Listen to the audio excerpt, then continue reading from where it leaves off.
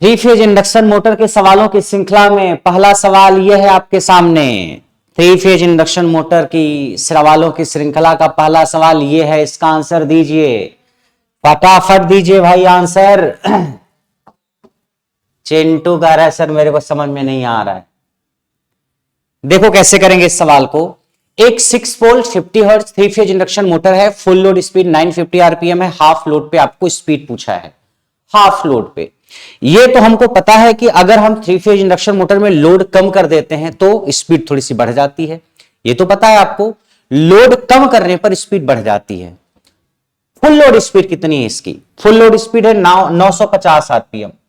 Full load पे 950 RPM पे घूम रही है। हाफ लोड पे इसकी स्पीड क्या होगी? पहले जरा सिंक्रोनस स्पीड निकालो। सिंक्रोनस स्पीड एनएस, एनएस क्या होगा? 120 एफ अपान पी। यह है सिंक्रोनस स्पीड 120 एफ अपान पी। 120 इंटू फ्रीक्वेंसी कितनी है? 50 हर्ट्ज। और पोल कितने हैं मशीन में? 6 पोल हैं, तो 20 गुणे 50 1000। 1000 स्पीड आ गई एनएस। एनएस मतलब क्या? एनएस है रोटेटिंग मैग्नेटिक फील्ड जो आती है उसकी स्पीड है। जब आप थ्री फेज इंडक्शन मोटर को एसी सप्लाई देते हो, जब आप एक थ्री फेज इंडक्शन मोटर को एसी सप्लाई देते हो तो जो स्टेटर है उसमें एक घूमने वाली मैग्नेटिक फील्ड आ जाती है, उसे बोलते हैं रोटेटिंग मैग्नेटिक फील्ड, और वो जिस स्पीड से घूमती है उसको बोलते हैं सिंक्रोनस स्पीड। इस स्टेटर को जब आप थ्री फेज एसी सप्लाई देते हो तो जिस स्पीड से घूमती है उसको बोलते हैं सिंक्रोनस स्पीड। और आपकी रोटर जिस स्पीड से घूमती है वो होती है रोटर स्पीड। रोटर जिस स्पीड से घूमती है वो है rotor speed N R. Rotor जिस स्पीड से घूमती है, और स्टेटर को थ्री फेज एसी सप्लाई देने पर स्टेटर में जो रोटेटिंग मैग्नेटिक फील्ड आती है, घूमने वाला चुंबकीय क्षेत्र, वो जिस स्पीड से घूमता है वो है एनएस, सिंक्रोनस स्पीड। तो याद रखना, थ्री फेज इंडक्शन मोटर में रोटर कभी भी एनएस स्पीड पे नहीं घूमती है, कभी भी सिंक्रोनस स्पीड पे नहीं घूमती है। Never. Three phase induction motor never rotates with synchronous speed. Three phase induction motor जो है एनआर स्पीड पे घूमती है, और एनआर जो होता है वो एनएस से थोड़ा सा कम होता है। एनआर क्या होता है? एनएस से थोड़ा सा कम। एनएस क्या है? एनएस है आपकी सिंक्रोनस स्पीड। आप बताइए, अगर मेरी सिंक्रोनस स्पीड 1000 आरपीएम है तो क्या मेरे मोटर की स्पीड, इंडक्शन मोटर की स्पीड 1000 आरपीएम कभी हो सकती है? कभी नहीं, कभी नहीं, कभी नहीं, कभी नहीं। आपकी थ्री फेज इंडक्शन मोटर में रोटर कभी भी सिंक्रोनस स्पीड के बराबर स्पीड पे रन नहीं कर सकती, बल्कि सिंक्रोनस स्पीड से थोड़ी सी कम स्पीड पे रन करती है। तो अगर आपका फुल लोड है तब स्पीड 950 आरपीएम है। लोड अगर आपने आधा कर दिया, लोड अगर आपने आधा कर दिया तो लोड आधा करने पर स्पीड बढ़ेगी। ठीक है, लोड आधा कर दिया आपने तो स्पीड बढ़ेगी। अब बढ़ के कितनी हो जाएगी ये मुझे नहीं पता, लेकिन 950 आरपीएम से तो बढ़ जाएगी। तो क्या 950 आरपीएम से बढ़कर 1000 हो जाएगी क्या? ना, 1000 तो हो ही नहीं सकती स्पीड। कभी भी three phase induction motor 1000 RPM पे नहीं रन कर सकता। तो अगर स्पीड 950 से बढ़ रही है तो 950 से बढ़ेगी, 1000 से कम होगी। 1000 के बराबर कभी स्पीड नहीं हो सकती। 1000 से कम, 950 से ज्यादा, उसके बीच में कौन सा ऑप्शन है? 975। कौन सा ऑप्शन है? 975, 975। कोई दिक्कत इसमें किसी को? बोलिए। हमने ये देखा कि जो फुल लोड पे स्पीड 950 है, मतलब रेटेड लोड लगा हुआ है जिसके लिए डिजाइन किया गया है मोटर को, जब आपने लोड को आधा कर दिया या लोड को कम कर दिया, तो किसी भी मोटर पे लोड अगर कम कर देते हैं इंडक्शन मोटर में, तो लोड कम करने पर स्पीड बढ़ने की टेंडेंसी होती है। स्पीड 950 आरपीएम से थोड़ा सा बढ़ेगी। अब बढ़ करके कितनी जाएगी हम कैसे अंदाजा लगाते? हमने एनएस निकाल लिया। हमने एनएस निकाल के देखा कि एनएस 1000 आरपीएम है, यानी मोटर कभी भी 1000 आरपीएम पे तो रन नहीं करेगी, उससे कम पे ही रन करेगी, उससे कम पे ही रन करेगी। तो 1000 से कम और 950 से ज्यादा वाला ऑप्शन सेलेक्ट कर दीजिए, 975।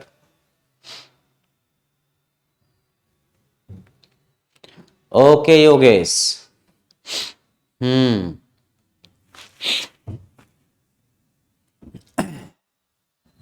ठीक है, ये सवाल समझ में आया आपको? 975 आरपीएम, कोई दिक्कत? और अगर आप इसको मान लीजिए ऑप्शन से, एक तो हमने सॉल्व कर दिया, ऑप्शन से आसानी से सॉल्व हो गया, और अगर ऑप्शन से नहीं सॉल्व करना होता तो फिर कैसे सॉल्व करते? अगर मान लीजिए ऑप्शन नहीं दे रखा होता 975 आरपीएम, तो कैसे सॉल्व करते? तो फिर आप ऐसे कर सकते हो कि लोड आपका आधा हुआ है ना, लोड जब आधा हो गया तो स्लिप जो होती है वो लोड पे डिपेंड करती है। स्लिप जो होती है it is directly proportional to load. Slip load पे डिपेंड करती है, यानी लोड आधा होने पे स्लिप आधी हो जाएगी, लोड 1/3 होने पे स्लिप 1/3 हो जाएगी। तो लोड आपने आधा किया तो स्लिप आपकी आधी होनी चाहिए। तो पहले स्लिप निकाल लो, जरा स्लिप निकालो। लोड आधा होने पर स्लिप आधी होनी चाहिए, तो पहले फुल लोड स्लिप निकाल लो आप। फुल लोड स्लिप कितनी है बोलो। अगर आप ये देखो कि लोड आधा करने पर स्लिप आधी हो जाएगी, लोड आधा कर लिया स्लिप आधी हो गई, आधी स्लिप निकाल लो, मतलब पहली स्लिप जो होगी उसकी आधी स्लिप अप हो जाएगी, और स्लिप आधी हो गई तो आपका काम वहां से हो जाएगा। देखो स्लिप होती क्या है, स्लिप होती है NS minus NR upon NS, NS minus NR upon NS। तो पहले स्लिप कितनी थी फुल लोड पे, FL फुल लोड वाली slip, slip at full load NS कितना है, NS हम निकाल के बैठे हैं 1000 RPM है, ठीक। और NR कितना है, NR रोटर की स्पीड कितनी है, what is rotor speed. Rotor full load पे 950 RPM पे रन कर रहा है, 950 अपान NS 1000। इसको सॉल्व करोगे 1000 में से 950 जाएगा, कितना हो जाएगा 50 बटे 1000, 0 से 0 कट गया, ये हो जाएगा 0.05। यानी फुल लोड पे जो स्लिप है, स्लिप कब FL फुल लोड पे 0.05 है, ये फुल लोड पे स्लिप है। आपकी स्लिप फुल लोड पे अगर 0.05 है तो हाफ लोड पे स्लिप कितनी होगी, तो आपको ये पता होना चाहिए। अगर लोड को आधा कर दिया तो स्लिप आधी हो जाएगी, लोड को आधा कर दिया तो स्लिप आधी हो जाएगी। तो स्लिप पहले इतनी थी फुल लोड पे, तो half load pay slip at half load, half load मतलब आधे लोड पे स्लिप कितनी होगी, तो फुल लोड जो स्लिप थी SFL फुल लोड उसका आधा हो जाएगा। फुल लोड पे जो स्लिप थी उसमें 2 से डिवाइड कर दीजिए तो आपको हाफ लोड आधे भार पे स्लिप मिल जाएगी। तो slip at half load, half load आधे भार पे, हाफ लोड आधे लोड पे स्लिप कितनी हो जाएगी। फुल लोड स्लिप है आपकी 0.05 अपॉन 2, इसको सॉल्व करें क्या होगा 0.02 और 5, ये तो हो जाएगा। अब हाफ लोड पे स्लिप आ गई, अब आपको बाद में स्पीड निकालनी है। तो स्पीड क्या होती है, स्पीड आपकी होती है रोटर की NR बराबर NS 1 माइनस S। तो अगर आप स्पीड हाफ लोड पे निकालना चाहते हो तो हाफ लोड वाली स्लिप रख दो, अगर आप स्पीड रोटर की हाफ लोड पे निकालना चाहते हो तो हाफ लोड की स्लिप रख दो। NS तो सिंक्रोनस स्पीड हो तो फिक्स रहेगी। NS क्या है, सिंक्रोनस स्पीड, ये फिक्स है। NR rotor speed, S slip. तो रोटर स्पीड अगर आप निकालनी है तो NS तो 1000 है, रख दो। 1 माइनस S स्लिप कितनी है 0.025। इस पूरे को सॉल्व करेंगे आप तो आपका जो रोटर की स्पीड आ जाएगी वो आ जाएगी 975 RPM, 975 RPM। हमने सॉल्व कर लिया 975 RPM। इसको सॉल्व करिए निकाल के। बट अगर सवाल जिस तरीके से जिस लैंग्वेज में पूछा गया है, मुझे ये सब करने की जरूरत है ही नहीं, मैं अपना टाइम क्यों जाया करूं। मुझे जब पता चल ही गया कि फुल लोड पे अगर कोई मोटर, इंडक्शन मोटर जिस स्पीड पे रन कर रही है, लोड आधा करने पर स्पीड बढ़ेगी। अब 950 से बढ़ के स्पीड हमने देखा 500 तो नहीं हो सकती, 950 से बढ़ेगी, 475 भी नहीं हो सकती, 950 से बढ़ेगी। 950 से ज्यादा ऑप्शन है तो 1000 आरपीएम है तो 975 आरपीएम। मैं इस धर्म संकट में फंस गया कि 950 से बढ़ेगी तो, लेकिन हम 975 को टिक करूं कि 1000 को टिक करूं। फिर हमने सिंक्रोनस स्पीड निकाल लिया, देखा 1000 आरपीएम तो सिंक्रोनस स्पीड आ गई। इसका मतलब आपकी मोटर सिंक्रोनस स्पीड पे तो कभी भी रन नहीं करेगी, लोड कुछ भी कर दो, नो लोड पे भी कर दो, सिंक्रोनस स्पीड पे रन नहीं करेगी वो मोटर ना। तो ये स्पीड तो नहीं हो सकती, यानी 950 से बढ़ोगे मगर 1000 आरपीएम से कम ही रहोगे, तो उसके बीच में 975 हो गया। हमने ये टिक करके आगे बढ़ गए, ज्यादा दिमाग नहीं लगाना। लेकिन फिर मैंने आपको कहा कि अगर मान लीजिए सॉल्व करना ही पड़े कभी मजबूरी में, तो आप इस तरीके से सॉल्व कर सकते हो कि पहले स्लिप निकाल लो फुल लोड पे, एनएस तो फिक्स है, फुल लोड पे स्पीड पता है 950, फुल लोड पे स्लिप निकाल लिया, फुल लोड पे स्लिप मिल गई तो लोड आधा करने पर स्लिप आधी, लोड 1/3 करने पर स्लिप 1/3, तो स्लिप आधी तो लोड आधा तो स्लिप आधी, तो इसे फुल लोड पे स्लिप है, हाफ लोड पे स्लिप इसकी आधी हो जाएगी तो आधी कर दिया। अब एनआर क्या होता है, ये फार्मूला आपको पता होगा, एनआर बराबर NS1 माइनस S, NS पता है, स्लिप पता है, एनआर निकाल लो आप। ठीक है, तो ये हमने किया, अगर हमें एग्जैक्ट आंसर पता हो, हमारे पास ऑप्शन ना हो तो, मगर हम जिस एग्जाम में बैठते हैं उसमें तो ऑब्जेक्टिव होता है ना, तो सवालों में ऑप्शन बहुत कुछ मैटर करता है। ऑप्शन बताता है कि आपको पूरा सवाल सॉल्व करना है या केवल स्मार्टली आपको ऑप्शंस देख करके गेस कर लेना है। ठीक है, तो हमारा आंसर क्या होगा? 975। एग्जाम में ऐसे ही करना, ये मत करना सर फिर क्यों लिखा आपने, आपको सिखाने के लिए, कभी ऐसी जरूरत पड़ जाए, नौबत आ जाए तो जानते रहो आप, बाकी एग्जाम में देखो, टिक करो और आगे बढ़ो। है कि नहीं रत्ना, बताओ। आज संडे है, संडे को भी आपकी क्लास चल रही है, सैटरडे को तो चली ही थी, क्लास पे क्लास। चिंटू परेशान और हैरान, पढ़ें तो क्या पढ़ें, पढ़ें तो कैसे पढ़ें। Power factor of a squirrel cage induction motor is low at, बताइए। Hariom Hariom. Three phase induction motor का पावर फैक्टर लो होता है। आज तो merry Christmas, merry Christmas everyone. मैं तो भूल ही गया था, मैं जब क्लास लेना स्टार्ट किया तो मुझे लगा बच्चों को सबसे पहले मैं क्रिसमस की बधाई दूंगा, लेकिन दिमाग से उतर गया, आप लोगों ने याद दिला दिया। मैरी क्रिसमस टू एवरीवन, जो लोग भी मुझे देख रहे हैं या बाद में देखेंगे इस क्लास को, मैरी क्रिसमस।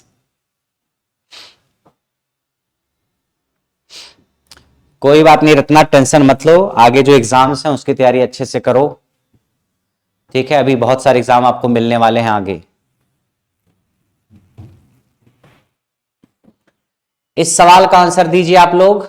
विकास, विकास हमारे साथ लगातार बने हुए हैं, जवाब दीजिए इसका। लोग बोल रहे हैं बी होगा, B B B B, okay. दीजिए सभी लोग जवाब दीजिए। I want answer from everyone.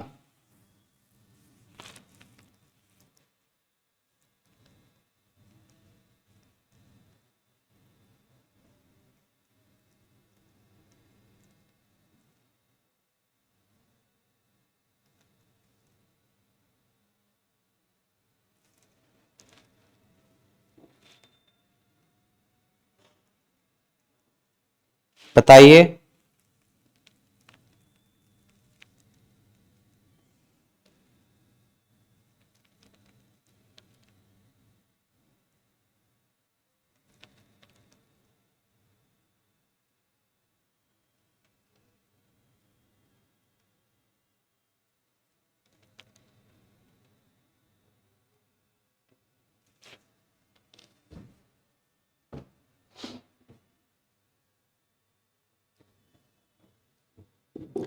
देखो, स्क्वायरल केज इंडक्शन मोटर है, इसके पावर फैक्टर के बारे में सवाल पूछा गया है। तो नॉर्मली मैं बता दूं, एक normal induction three phase induction motor के बारे में मैं बता दूं कि अगर आपके पास थ्री फेज इंडक्शन मोटर है, ठीक है, अब स्क्वायरल केज और स्लिप रिंग में थोड़ा थोड़ा अंतर तो होता ही है, थोड़ा थोड़ा अंतर तो है, बट हम जनरलाइज तरीके से पढ़ रहे हैं, जो दोनों में कॉमन ही एक तरीके से।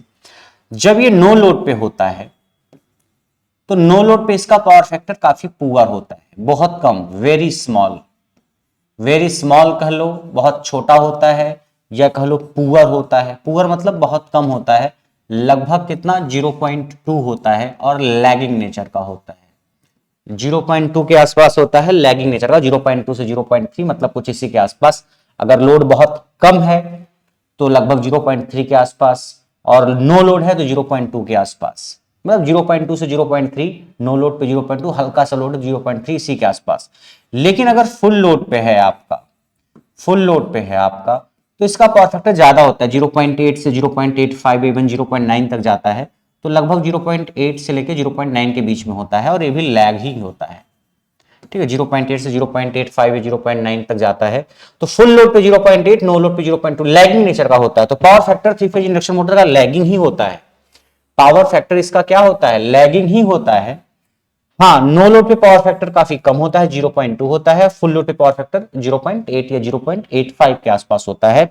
यानी लोड बढ़ाओगे, अगर आप लोड बढ़ाओगे, लोड इंक्रीज करोगे, तो पावर फैक्टर भी इंक्रीज होगा। देख रहे हो कि नहीं? लोड इंक्रीज करने पे पावर फैक्टर इंक्रीज कर रहा है। अगर नो लोड पे आपकी थ्री फेज इंडक्शन मोटर है, या बहुत लाइट लोड, बहुत हल्का भार है, तो पावर फैक्टर पुअर होगा 0.2 के आसपास। और फुल लोड है तो पावर फैक्टर 0.8, 0.85 या 0.9 के आसपास होता है। होता तो लैगिंग है। थ्री फेज इंडक्शन मोटर का पावर फैक्टर हमेशा लैगिंग ही होता है। अगर हम बात करें थ्री फेज इंडक्शन मोटर की, तो मेरा थ्री फेज इंडक्शन मोटर जो होता है, इसका जो पावर फैक्टर होता है ये हमेशा ऑलवेज हमेशा लैगिंग ही होता है। Always lagging. क्या रे चिंटू? Always lagging. अच्छा सर, लेकिन अगर थ्री फेज सिंक्रोनस मोटर है तो इसका पावर फैक्टर लैगिंग भी हो सकता है, लीडिंग भी हो सकता है और यूनिटी भी हो सकता है, कुछ भी हो सकता है। यानी थ्री फेज सिंक्रोनस मोटर, तुल्यकालिक मोटर अगर है, थ्री फेज तुल्यकालिक motor, synchronous motor, SM synchronous motor, तो उसका पावर फैक्टर लैगिंग, लीडिंग कुछ भी हो सकता है। यानी वो किसी भी पावर फैक्टर पे काम कर सकती है। लेकिन three phase induction motor, three phase प्रेरण मोटर का पावर फैक्टर हमेशा लैगिंग ही होता है। लैगिंग तो होता है, वैल्यू कितनी होती है? तो नो लोड पे बहुत कम होती है, 0.2, फुल लोड पे 0.8 के आसपास। यानी लोड बढ़ने पे पावर फैक्टर बढ़ता है और लोड घटने पर पावर फैक्टर घटता है।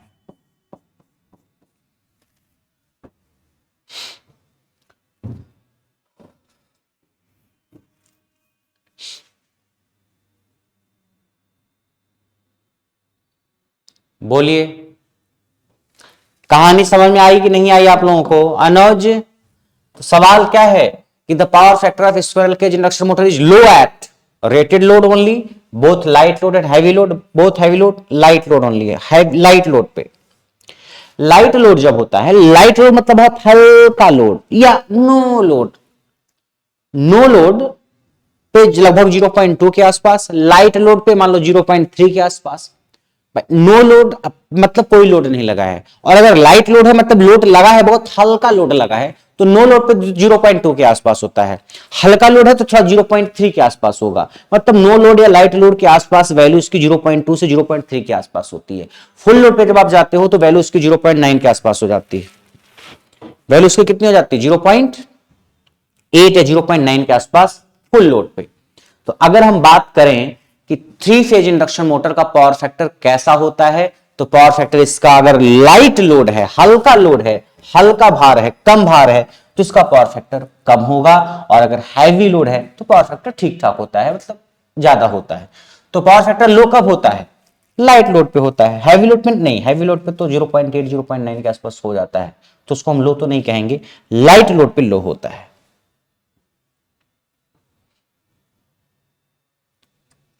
हाँ, नो लोड हो चाहे लाइट लोड हो, दोनों पे पावर फैक्टर कम होता है। लेकिन फुल लोड पे अगर है मोटर या हैवी लोड पे है मोटर, तो पावर फैक्टर लो नहीं कहेंगे, आप उसको 0.8 0.9 के आसपास कहेंगे। कोई दिक्कत इस सवाल में? इस सवाल में कोई दिक्कत किसी को?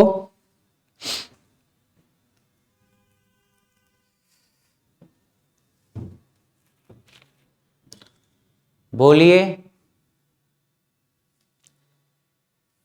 चलिए आगे बढ़ते हैं।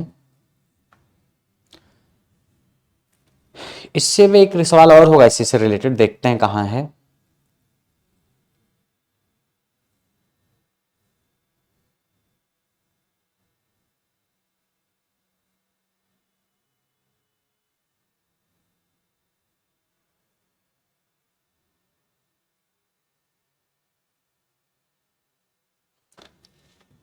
Commonly induction motor operates at, commonly मतलब आमतौर पर इंडक्शन मोटर किस पर संचालित होती है? Zero power factor, leading power factor, unity power factor या लैगिंग पावर फैक्टर? क्या? तो आपको ये पता होना चाहिए, इंडक्शन मोटर का पावर फैक्टर हमेशा लैगिंग ही होता है, लैगिंग ही होता है।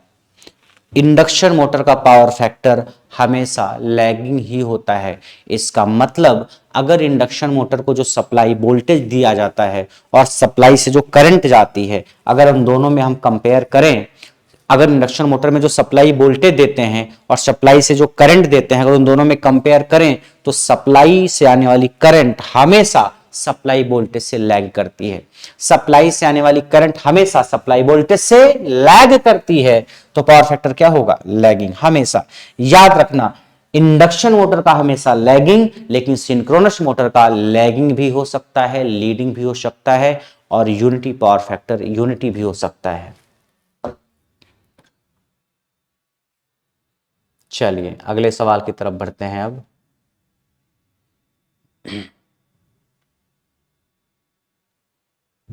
ये है the in torque slip characteristics of an induction motor at normal speed close to synchronous speed the torque is. बताओ इसका आंसर। टॉर्क के बारे में पूछा है कि प्रेरण मोटर का बलाघूर्ण सर्पी अभिलक्षण में तुल्यकालन के समय सामान्य गति पर बलाघूर्ण कैसा होगा। यानी यह सवाल पूछना चाह रहा है कि 3 फेज इंडक्शन मोटर है, टॉर्क और स्लिप के बीच का ग्राफ देख रहे हैं हम, किसके बीच का, टॉर्क और स्लिप के बीच का। तो जब आपकी स्पीड जो है, नॉर्मल स्पीड जो होती है मोटर की, वो सिंक्रोनस स्पीड के करीब हो, जब सिंक्रोनस स्पीड के करीब हो स्पीड, तो आपको बताना है कि मोटर में जो नॉर्मल स्पीड जो होगी, हाँ, जब नॉर्मल स्पीड सिंक्रोनस स्पीड के करीब होगी उस वक्त टॉर्क का स्लिप के साथ क्या रिलेशन होगा। यानी आपसे टॉर्क का स्लिप के साथ रिलेशन पूछा है, कब, जब नॉर्मल स्पीड सिंक्रोनस स्पीड के करीब हो। हमको ये तो पता है कि हमारी मोटर कभी भी सिंक्रोनस स्पीड पे रन नहीं कर सकती, नेवर एवर, नेवर एवर, कभी नहीं, कभी नहीं, लेकिन उसके करीब तो जा सकती है। क्या आप उसको छू तो नहीं सकते, मगर उसके करीब जाकर के महसूस तो कर सकते हो। छूना नहीं, करीब जा सकते हो। एनआर एनएस के बराबर नहीं हो सकता, मगर एनआर एनएस के करीब जा सकता है। तो एनआर अगर एनएस के बहुत करीब है, उस वक्त टॉर्क और स्लिप के में क्या रिलेशन है बताइए। तो आपको मैं बता दूं, ये कहानी आपने पढ़ी होगी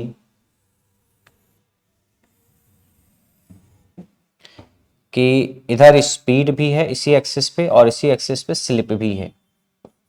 इधर स्पीड है और इधर स्लिप भी है, और इधर क्या है, टॉर्क है।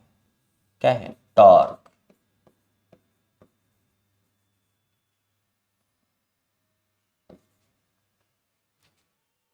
जो ग्राफ आता है हमारा कुछ इस तरीके से आता है।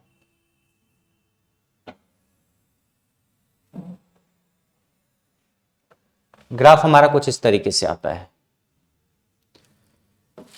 इधर जो ग्राफ है ये, यहां पे टॉर्क और स्लिप के बीच में जो रिलेशन है उल्टा रिलेशन है, टॉर्क स्लिप के इनवर्सली रिलेशन में होती है, व्युत्क्रमानुपाती। और ये वाला जो हिस्सा है, इस हिस्से में टॉर्क और स्लिप एक दूसरे के समानुपाती होते हैं। ठीक है, इस हिस्से में यहां से यहां तक टॉर्क और स्लिप का जो ग्राफ है वो कुछ इस तरीके से होगा, टॉर्क और स्लिप इनवर्सली रिलेशन में होते हैं। और यहां से यहां की जो कहानी है, इसमें टॉर्क और स्लिप एक दूसरे के लीनियर रिलेशनशिप में होते हैं। कैसे होते हैं, लीनियर रिलेशनशिप में टॉर्क और स्लिप यहां से यहां तक, और यहां से यहां तक टॉर्क और स्लिप इनवर्स रिलेशन में होते हैं। अब आपको मैं बताऊं, अगर यहां स्पीड है, यहां पे एनआर 0 है, एनआर क्या है, 0, और जैसे जैसे आगे बढ़ते हैं स्पीड बढ़ती जाती है, यहां पे एनआर एनएस के बराबर हो जाता है। एनआर क्या है, एनएस के बराबर है। यानी जब आप इधर से इधर जा रहे हो तो स्पीड बढ़ रही है, इधर से इधर जाने पर स्पीड क्या हो रही है, बढ़ रही है, स्पीड इंक्रीजेस, स्पीड बढ़ रही, गति बढ़ रही है। एनआर 0 है, यहां पे बढ़ बढ़ के एनआर एनएस के बराबर हो गया। और स्लिप का अगर फार्मूला देखा जाए, स्लिप का, तो स्लिप का फार्मूला क्या है, एनएस माइनस एनआर अपान एनएस। तो जब एनआर 0 है तो स्लिप कितनी होगी, निकालो जरा। जब एनआर 0 है, एनआर 0 कर दो तो स्लिप क्या होगी, ये 0 कर दिया तो एनएस बटे एनएस, स्लिप हो गई 1, स्लिप 1 हो गई। एनआर 0 है तो स्लिप हो गई आपकी 1, यहां पे स्लिप 1 हो गई। और एनआर बराबर एनएस है, जब एनआर एनएस के बराबर है तो एनआर एनएस हो गया, तो NS minus NS, NR NS हो गया, देखो एनएस, और एनआर एनएस है तो यहां भी एनएस रख दो, एनएस माइनस एनएस अपन एनएस, 0 बटे एनएस, स्लिप कितनी हो गई, 0। यहां पे स्लिप आपकी 0 हो गई। यानी यहां पे स्लिप 1 है, यहां पे स्लिप 0 है। यानी जब आप इधर से इधर जा रहे हो ऐसे, तो स्लिप डिक्रीज हो रही है। स्लिप क्या हो रही है, स्लिप डिक्रीजेस, स्लिप घट रही है। यानी इधर से इधर गए हम तो स्पीड बढ़ी मगर स्लिप घटी। देखो स्पीड 0 से बढ़ के एनएस हो गई, और स्लिप घट रही है, स्लिप 1 से घट के 0 हो गई। इधर से इधर जाने पे स्पीड तो बढ़ती है मगर स्लिप घटती है। ये आपका ग्राफ है। इस हिस्से में आपका टॉर्क और स्लिप के बीच का ग्राफ ऐसा है, इनवर्स रिलेशन वाला है, और इस हिस्से में ग्राफ ये रिलेशन, ये टॉर्क और स्लिप के बीच का लीनियर रिलेशनशिप है। अब अगर आपसे मैं कहूं कि हाई स्लिप किधर है, तो स्लिप 1 है यहां पे स्लिप 1 है, तो ये जो हिस्सा है इसको आप बोल सकते हो हाई स्लिप रीजन। ये जो हिस्सा है यहां से यहां तक का, इसको आप क्या बोल सकते हो, high slip, high slip region. तो अगर सवाल पूछा जाए हाई स्लिप रीजन में टॉर्क और स्लिप के बीच का ग्राफ कैसा होता है, तो हाई स्लिप रीजन में टॉर्क और स्लिप के बीच का ग्राफ इनवर्स रिलेशन में होता है, व्युत्क्रमानुपाती होता है। यहां पे स्लिप लो है, इस पॉइंट पे स्लिप क्या है, जीरो है, तो जीरो है स्लिप मतलब इसके आसपास स्लिप बहुत कम होगी। ऐसे देखो यहां पे स्लिप 1, फिर 0.9, 0.8, 0.7, 0.6, 0.5, 0.4, 0.3, 0.2, 0.1, जीरो, कुछ ऐसे होगा। तो यहाँ पे स्लिप जीरो है, तो यहाँ पे 0.1, 0.2, 0.3 कुछ इसी के आसपास होगी। तो ये जो हिस्सा है एक तरीके से इसको बोलेंगे लो slip region, low slip reason, यानी लो स्लिप वाला क्षेत्र, लो स्लिप वाला क्षेत्र। ये हाई स्लिप वाला क्षेत्र है, हाई स्लिप रीजन मतलब क्षेत्र। देखो यहां स्लिप 1 का मतलब ये 1, 0.9, 0.8, 0.7, 0.6, 0.5, 0.4, 0.3, 0.2, 0.1, जीरो। तो यहां स्लिप कम है, मतलब 0.1, 0.2, 0.3 के आसपास। यहां पे स्लिप 1 है, मतलब ये 1 है स्लिप, ये जीरो है, इसके बीच में क्या है, ये एक से फिर स्लिप घट रही है, एक से घट के 0.9, 0.8 ऐसे घट करके जीरो हो रही है। इस हिस्से को अगर मैं देखूं, यानी इस हिस्से को, तो स्लिप हाई है, मतलब एक है, 0.9, 0.8 हाई है। इस हिस्से को मैं देखूं तो स्लिप क्या है, लो है, लो मतलब जीरो है, 0.1, 0.2 है, ये लो स्लिप रीजन, ये हाई स्लिप रीजन। पहला सवाल आता है हाई स्लिप रीजन में टॉर्क और स्लिप के बीच में क्या रिलेशन है, तो हाई स्लिप रीजन में टॉर्क स्लिप की व्युत्क्रमानुपाती होती है, टी टॉर्क है, स्लिप है, इनवर्सली रिलेशन में होती है। लो स्लिप रीजन में क्या होता है, लो स्लिप रीजन में टॉर्क और स्लिप डायरेक्टली रिलेशनशिप में होते हैं, समानुपाती होते हैं। तो अगर लो वर्ड यूज किया तो हम टिक कर देंगे किसको, इसको, समानुपाती, directly proportional. High slip region use किया, हाई स्लिप, उच्च स्लिप पर टॉर्क और स्लिप में क्या संबंध है, तो उच्च स्लिप पर टॉर्क और स्लिप व्युत्क्रमानुपाती हैं। निम्न स्लिप पर टॉर्क और स्लिप में क्या रिलेशन है, निम्न स्लिप पर टॉर्क और स्लिप डायरेक्टली प्रोपोर्शनल, समानुपाती। तो जब उच्च और निम्न बोलेगा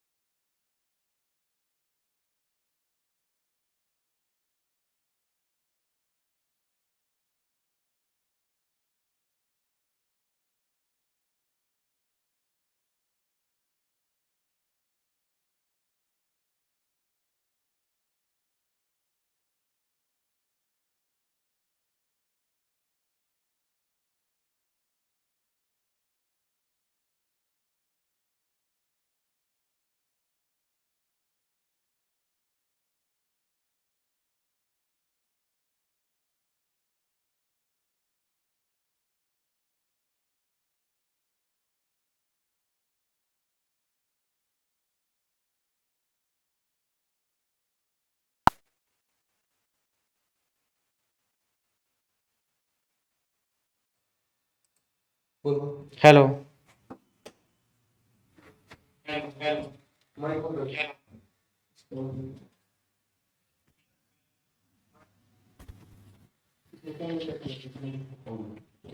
अब आ रही है आवाज ना? ठीक है, ओके।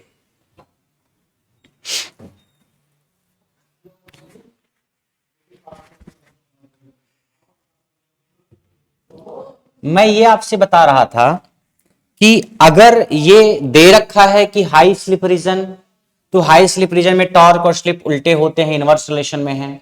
अगर ये दे रखा है लो slip region, low slip region, तो लो स्लिप रीजन में टॉर्क और स्लिप का डायरेक्ट रिलेशन होता है। क्या होता है? Direct relation. तो लो स्लिप रीजन में टॉर्क और स्लिप समानुपाती होते हैं, और हाई स्लिप रीजन में टॉर्क और स्लिप व्युत्क्रमानुपाती होते हैं। क्या होते हैं?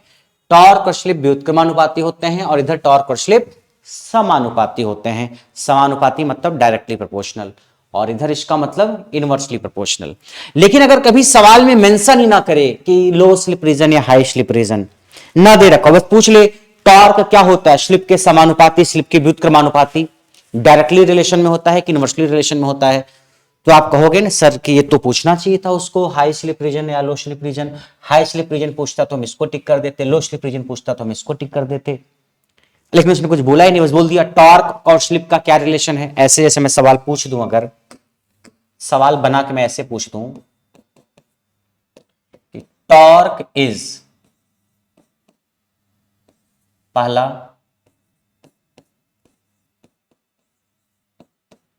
डायरेक्टली प्रोपोर्शनल टू स्लिप, या ऐसे मैं कह दूं symbol, what is correct, what is correct for three phase induction motor, what is correct for three phase induction motor. Three phase induction motor के लिए क्या सही है? पहला ऑप्शन, पहला ऑप्शन टॉर्क समानुपाती एस, दूसरा टॉर्क व्युत्क्रमानुपाती एस, तीसरा टॉर्क इज इंडिपेंडेंट,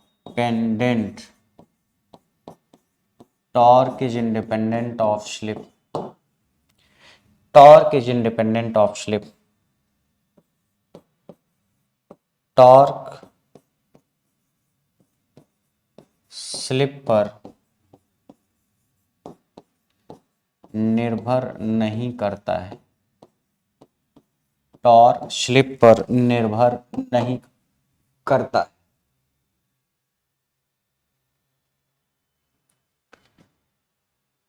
क्या ऑप्शन होगा इन तीनों में से? यहां टी क्या है? टी है आपका टॉर्क, और एस है आपकी स्लिप। बताएंगे आप? टी है टॉर्क और एस है स्लिप। टॉर्क मतलब बलाघूर्ण, टॉर्क मींस बलाघूर्ण।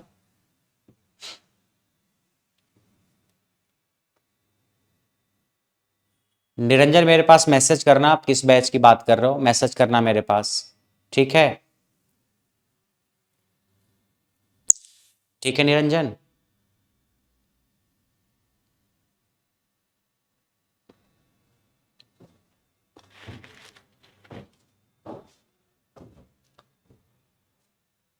अपने बैच के नेम के साथ क्या प्रॉब्लम है, ठीक है?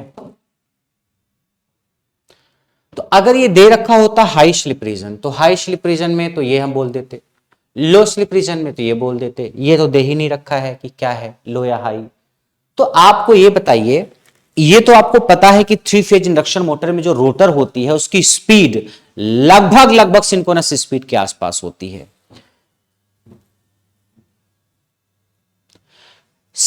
आपका जो रोटर है उसकी स्पीड लगभग लगभग सिंक्रोनस स्पीड के आसपास होती है। अगर मैं कहूं, ध्यान से देखो, एनएस कहीं मान लीजिए अगर 1000 आरपीएम है, तो एनआर क्या होगा? एनआर एनएस के बहुत करीब ही तो होता है। अगर सिंक्रोनस स्पीड 1000 आरपीएम है तो रोटर लगभग सिंक्रोनस स्पीड के करीब ही स्पीड पे घूमती है। मान लीजिए 950, 960, 970, कुछ भी, 960 आरपीएम मान लो। तो जरा स्लिप निकालो, स्लिप निकालो, एनएस माइनस एनआर अपान एनएस। तो स्लिप क्या होती है? एनएस कितना? 1000 माइनस एन आर कितना 960 अपान एन एस कितना है 1000। यहां से आप स्लिप निकालो, यहां से स्लिप निकालो, देखो कितना आया। यहां से अगर आप स्लिप निकालोगे तो ऊपर 40 आ जाएगा, 40/1000 आसानी है, 0.04, 0.04 आ गया, 0.04।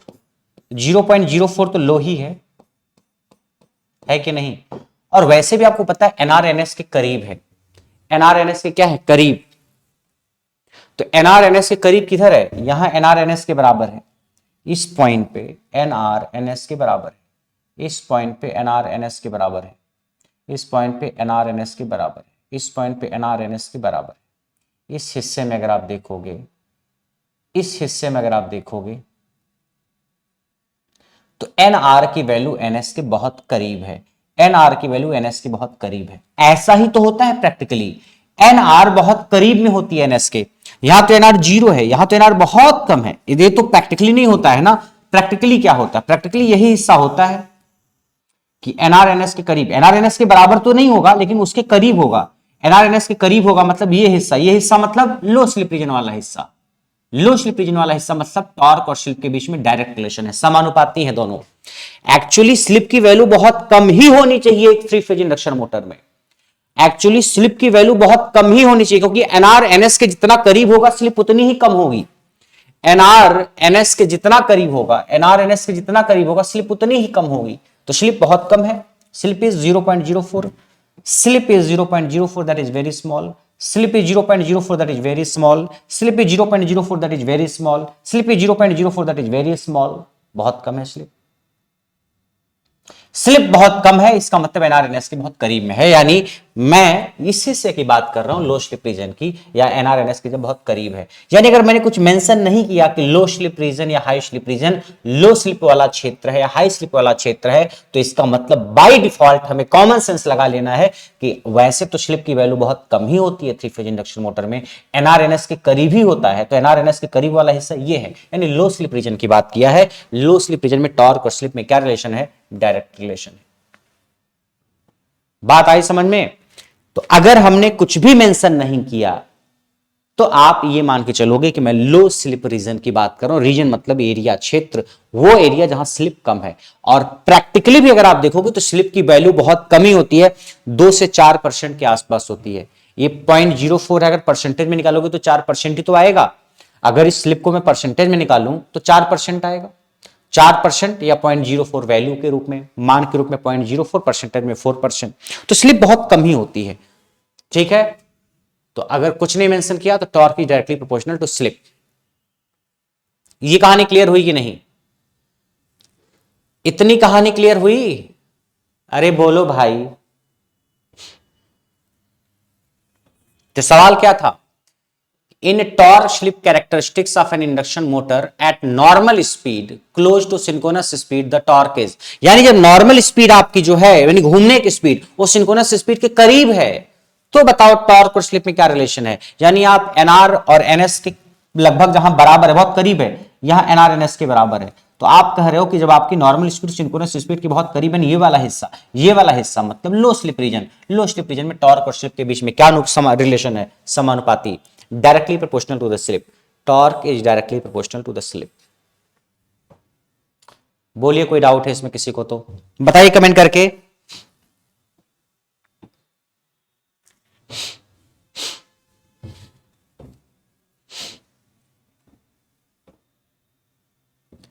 बोलो चौधरी साहब, चौधरी अमित, एवरीवन।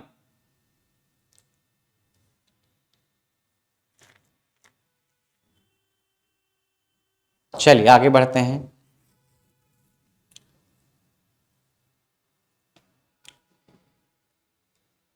एक 3 फेज इंडक्शन मोटर 4% स्लिप पर चल रही है, यदि रोटर का इनपुट 1000 वाट है तो मोटर द्वारा विकसित मैकेनिकल पावर कितनी होगी, बताइए इसका आंसर, इसका आंसर बताइए सभी लोग।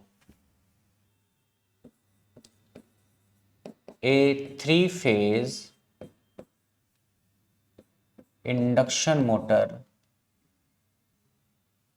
a 3 phase induction motor runs at 4% slip. A three-phase induction motor runs at 4% slip if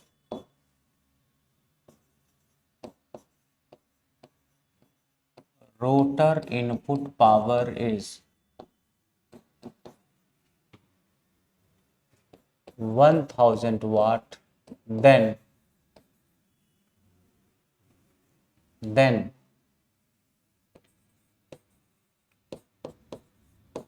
what will be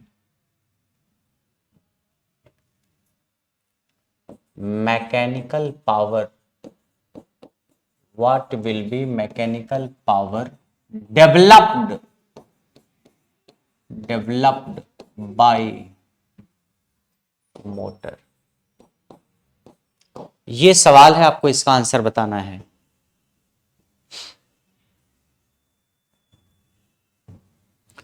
ठीक है शुक्र, इसका आंसर बताइए। A three phase induction motor runs at 4% slip if rotor input power is 1000 watt, then what will be mechanical power developed by motor? यानी three phase induction motor में slip दे रखी है, क्या दे रखी है? स्लिप दे रखी है, स्लिप है 4%। 4% का मतलब अगर मान इसका देखा जाए वैल्यू, तो 100 से भाग दोगे तो 0.04। यदि रोटर का इनपुट 1000 वाट है, रोटर इनपुट जो है वो कितना है? रोटर इनपुट पावर, जो रोटर को इनपुट पावर मिल रही है, रोटर को मिलने वाली इनपुट पावर कितनी है? वो दे रखा है 1000 वाट। आपसे पूछा तो मोटर द्वारा विकसित मैकेनिकल पावर कितना होगा, मतलब आउटपुट पावर पूछा है। आउटपुट पावर कितनी पैदा करेगा मोटर, ये आपसे पूछा है। बता पाएंगे आप लोग क्या?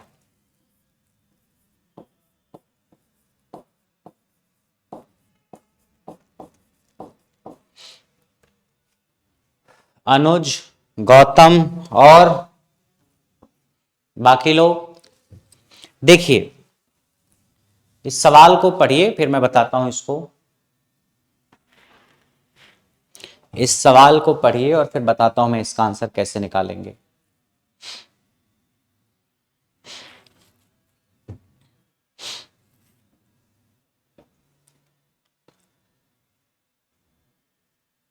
देखो, आपने ये पढ़ा होगा कि अगर थ्री फेज इंडक्शन मोटर का ये रोटर मान लो मैं, ये क्या है? रोटर है, ये रोटर है, ये रोटर है,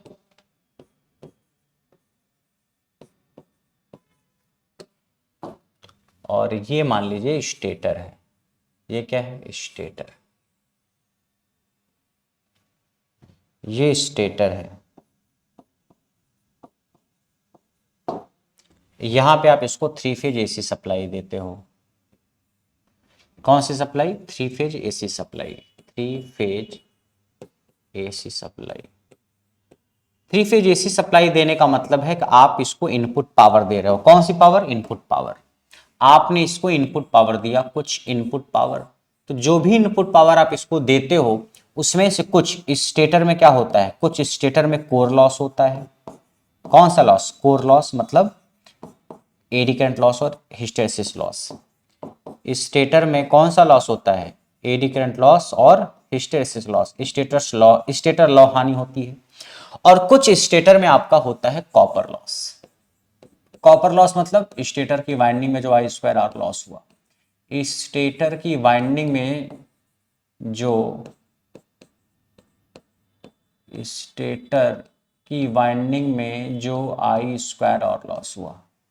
स्टेटर कॉपर लॉस मतलब स्टेटर की वाइंडिंग में, स्टेटर की वाइंडिंग में जो कॉपर लॉस हुआ। स्टेटर कॉपर लॉस मतलब जो स्टेटर की वाइंडिंग में कॉपर लॉस हुआ है।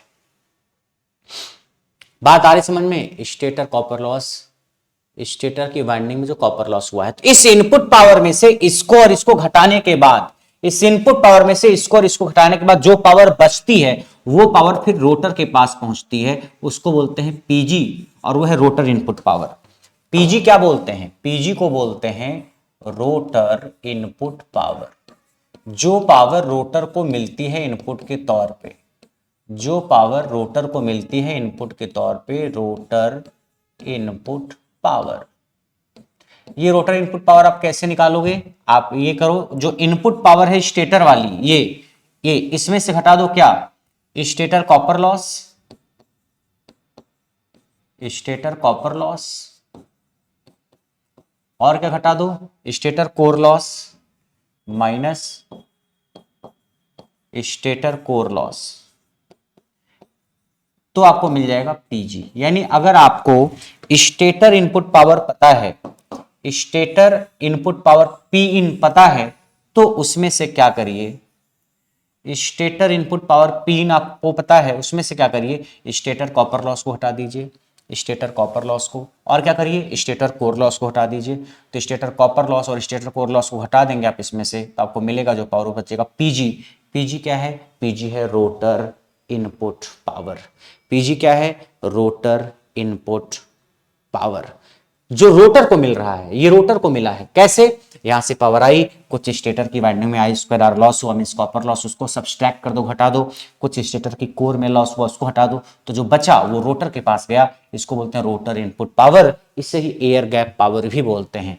रोटर इनपुट पावर जो है, जो रोटर को इनपुट पावर मिलती है, उसे ही एयर गैप पावर भी बोलते हैं। एयर गैप पावर, वायु अंतराल शक्ति अगर बोलना चाहो तो एयर गैप क्या है? वायु अंतराल शक्ति, air gap power, air gap power, air gap power. बोलो कोई दिक्कत यहां तक किसी को? यहां तक किसी को दिक्कत? अब रोटर में जब पावर आपकी पीजी पहुंचती है, तो रोटर में भी कुछ कॉपर का लॉस होता है। क्या होता है? कॉपर का लॉस। रोटर कॉपर लॉस का फार्मूला क्या है? रोटर में जो कॉपर का लॉस हुआ उसका फार्मूला, रोटर कॉपर लॉस का फार्मूला है S इंटू पीजी।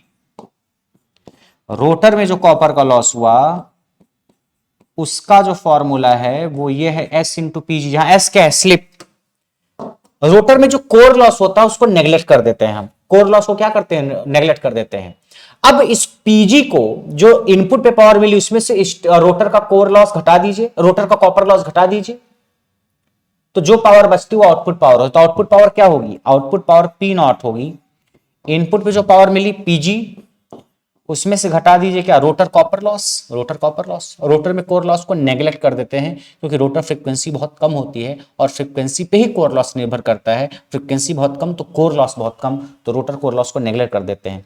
तो जो इनपुट पावर मिली उसमें से क्या करो? पीजी में से रोटर कॉपर लॉस यानी एस पीजी को हटा दो, तो आपको आउटपुट पावर मिलेगी। तो आउटपुट पावर पी नॉट क्या हो गई?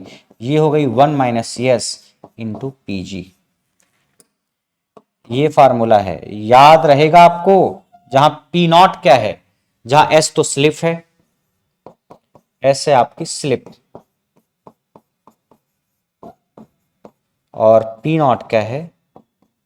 Output mechanical power, output power कह लो एक तरीके से। जो आउटपुट पे पावर मिली है मोटर में वो। तो आपको क्या क्या फार्मूला याद रखना है? आपको एक तो आउटपुट पावर का फार्मूला याद रखना है, एक तो ये, दूसरा आपको रोटर कॉपर लॉस का फार्मूला याद रखना है। ये फार्मूला भी उतना ही इंपॉर्टेंट है।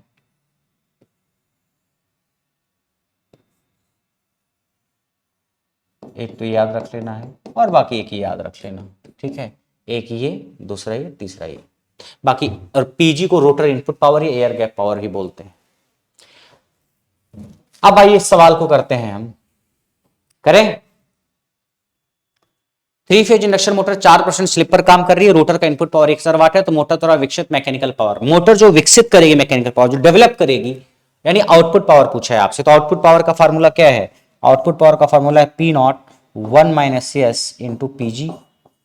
1 माइनस एस इंटू पीजी, देखो 1 माइनस एस इंटू पीजी, जहां पीजी क्या है? Rotor input power. तो रोटर इनपुट पावर 1000 वाट है, जिसको एयर गैप पावर ही बोलते हैं। तो पीजी को लिख दो 1000, लिख दिया। 1 माइनस यस, यस क्या है? स्लिप। स्लिप कितनी? 4%। तो 4% है, तो फार्मूले में परसेंटेज में नहीं रखना, परसेंटेज में नहीं रखना, यहाँ पे वैल्यू के रूप में रखना, मान। तो 0.04, तो 0.04। अब इसको सॉल्व कर दीजिए आप।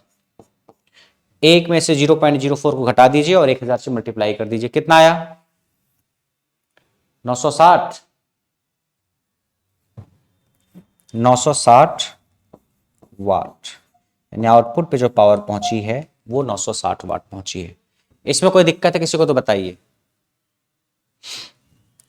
इस सवाल में किसी को कोई दिक्कत? 960 वाट, यानी P not is 1 minus S into P G, P not is 1 minus S into P G. तो आउटपुट पावर हो गई, ये स्लिप पता है, रोटर इनपुट पावर पता है, पीजी को क्या बोलते हैं? रोटर इनपुट पावर या एयर गैप पावर, वो पावर जो रोटर को मिलती है, पता था, रख दिया, सॉल्व कर लिया। बोलिए कोई दिक्कत? अब्दुल, अनुज,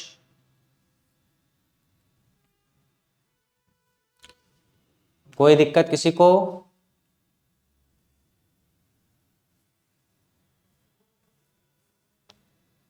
नौ सौ साठ वाट। चलिए ये सवाल हो गया, अब अगले सवाल की तरफ बढ़ते हैं। Induction motor is also known as, induction motor को हम एसिंक्रोनस मोटर भी बोलते हैं। देखो, एक तो होती है सिंक्रोनस मोटर, एक होती है सिंक्रोनस मोटर। उसको सिंक्रोनस मोटर क्यों बोलते हैं? सिंक्रोनस मोटर को तुल्यकालिक मोटर बोलते हैं हिंदी में। ये सिंक्रोनस स्पीड पे रन करती है, इसलिए सिंक्रोनस मोटर बोलते हैं, एनएस पे। ये सिंक्रोनस स्पीड पे गति करती है। लेकिन जो इंडक्शन मोटर होती है, थ्री फेज इंडक्शन मोटर, ये सिंक्रोनस स्पीड पे गति नहीं करती है, बल्कि सिंक्रोनस स्पीड से थोड़ा सा कम स्पीड पे रन करती है।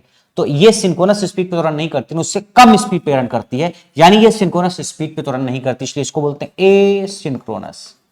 यानी अगर ये सिंक्रोनस स्पीड पे रन करती तब तो बोल देते सिंक्रोनस मोटर इसको, लेकिन सिंक्रोनस स्पीड पे रन नहीं करे, बोले ए सिंक्रोनस, मतलब सिंक्रोनस ए लगा दिया। जैसे सत्य है, सत्य में हिंदी में अ लगा दिया तो असत्य है, लगा दिया कि नहीं लगा दिया? सत्य में अलग तो असत्य, सत्य मतलब सच्चा, असत्य मतलब झूठ, गलत। ऐसे सिंक्रोनस मतलब एनएस, ए सिंक्रोनस मतलब सिंक्रोनस एनएस नहीं है, एनएस के बराबर स्पीड पे नहीं रन कर रहा है। तो ए सिंक्रोनस मतलब सिंक्रोनस स्पीड पे रन नहीं कर रहा, इसलिए ए लगा दिया। जैसे सत्य में लगा के असत्य बना देते हैं, ऐसे सिंक्रोनस में ए सिंक्रोनस बना दिया। ठीक है, तो इंडक्शन मोटर जो होता है उसको हम क्या बोलते हैं? ए सिंक्रोनस मोटर बोलते हैं। और इंडक्शन मोटर को ही, थ्री फेज इंडक्शन मोटर को ही हम रोटेटिंग ट्रांसफार्मर ही बोलते हैं, घूमने वाला transformer, rotating transformer, rotating transformer बोलते हैं, घूमने वाला, रोटेटिंग ट्रांसफार्मर।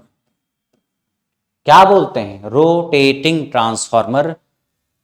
क्योंकि इंडक्शन मोटर में और ट्रांसफार्मर में काफी समानता है, इंडक्शन मोटर में और ट्रांसफार्मर में काफी समानता है, इसलिए हम इंडक्शन मोटर को रोटेटिंग ट्रांसफार्मर भी बोल देते हैं, या इंडक्शन मोटर को, थ्री फेज इंडक्शन मोटर को ए सिंक्रोनस मोटर भी बोल देते हैं। ए सिंक्रोनस मतलब अतुल्यकालिक motor.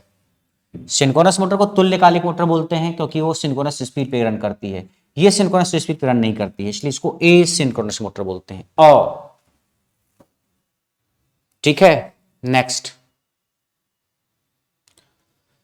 If the slip in an induction motor is 0.25 and the synchronous speed is 600 rpm, the motor speed would be what? Motor की speed निकालनी है, यानी जिस स्पीड पे मोटर घूम रही है, एनआर क्या दे रखा है? स्लिप दे रखी है, स्लिप है 0.25 और सिंक्रोनस स्पीड दे रखी है। सिंक्रोनस स्पीड कितनी है? सिंक्रोनस स्पीड है 600 आरपीएम।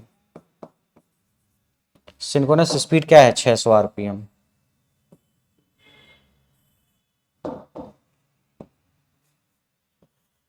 एनआर आपका देर पूछा है आपसे, स्लिप है 0.25 और एनएस है 600 आरपीएम। सिंक्रोनस स्पीड, मोटर की स्पीड पूछा है, तो आपको तो पता है मोटर की स्पीड एनआर बराबर एनएस 1 माइनस एस, ये फार्मूला पढ़ा है ना, एनआर बराबर एनएस 1 माइनस एस। तो रोटर की स्पीड हो जाएगी एनएस, एनएस मतलब एनएस कितना है? 600 आरपीएम, 1 माइनस एस, स्लिप कितनी है? 0.25। इसको सॉल्व कर दीजिए और बताइए कितना होगा एनआर। यहां से सॉल्व करके एनआर बता दीजिए कितना आएगा। एक में से 0.25 को घटाइए और बताइए। 600 से कम ही ऑप्शन होगा, 600 से कम वाला ऑप्शन कौन है? 450, 125, 450 ही होगा, 125 तो बहुत कम हो जाएगा।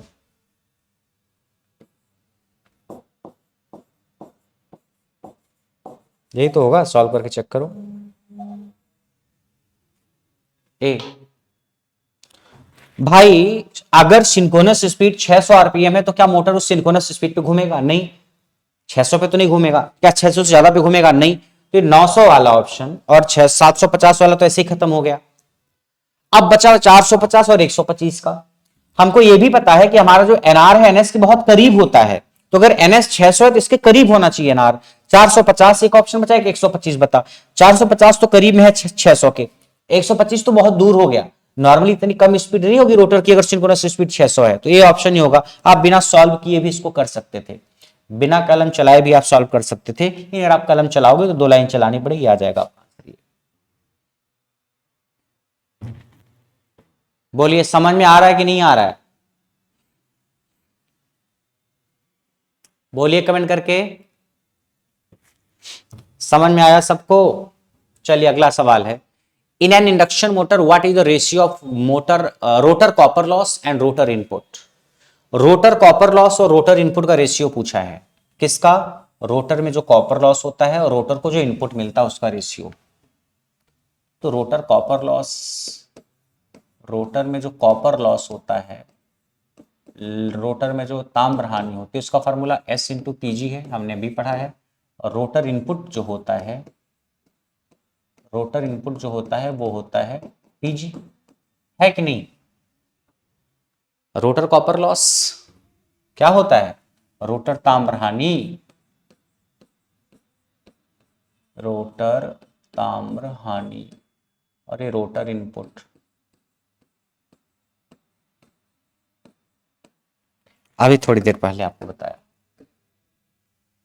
रोटर इनपुट जो है वो है PG, rotor input power PG, और रोटर कॉपर लॉस है S इंटू पीजी। तो रोटर कॉपर लॉस है S इंटू पीजी और रोटर इनपुट पावर है, रोटर इनपुट है पीजी। बताया है अभी। गुड मॉर्निंग आरती, गुड मॉर्निंग।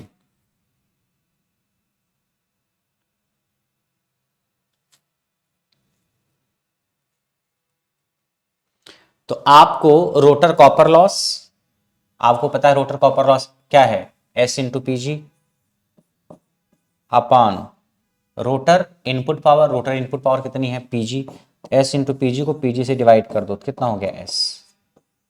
आपका आंसर क्या होगा? S।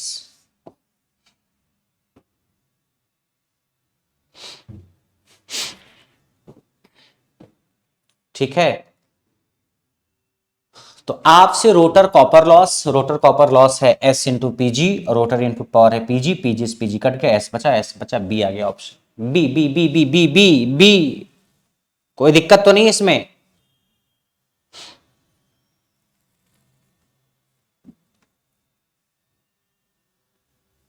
बोलिए Pankaj.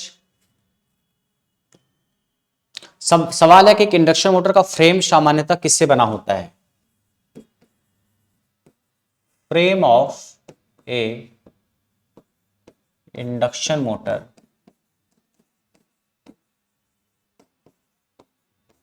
Is made up of. Frame किसका बना होता है?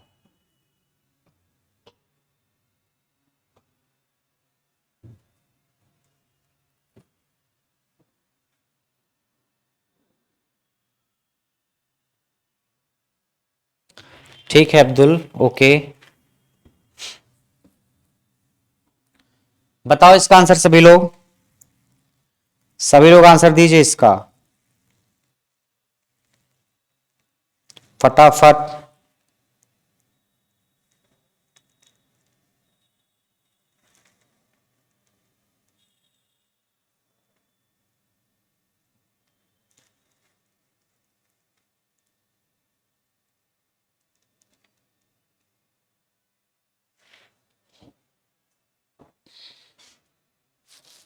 ज्यादातर लोगों ने सही आंसर दिया है। हाँ, डीआरडीओ का एग्जाम आ गया आप लोगों का।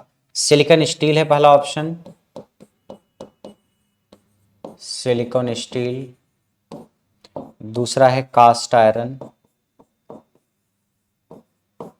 और अगला है पीतल और एल्यूमिनियम।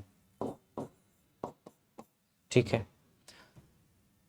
तो आपको ये पता होना चाहिए जो फ्रेम है, जिसको आप चाहो तो योग भी कह सकते हो, तो जो फ्रेम होता है आपका, frame, three phase induction motor में जो फ्रेम होता है,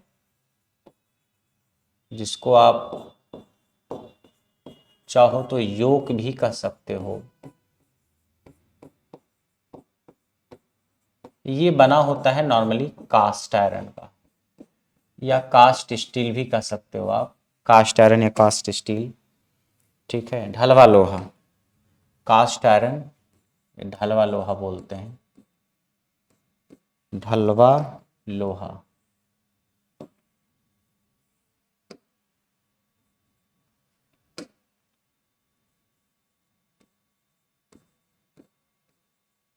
कास्ट आयरन यानी ढलवा लोहा, या फिर कास्ट स्टील भी बोल सकते हो, मतलब ठीक है।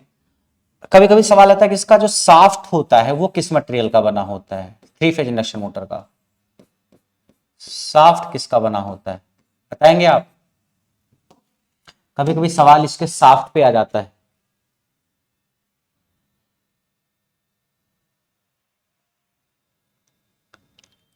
बताइए।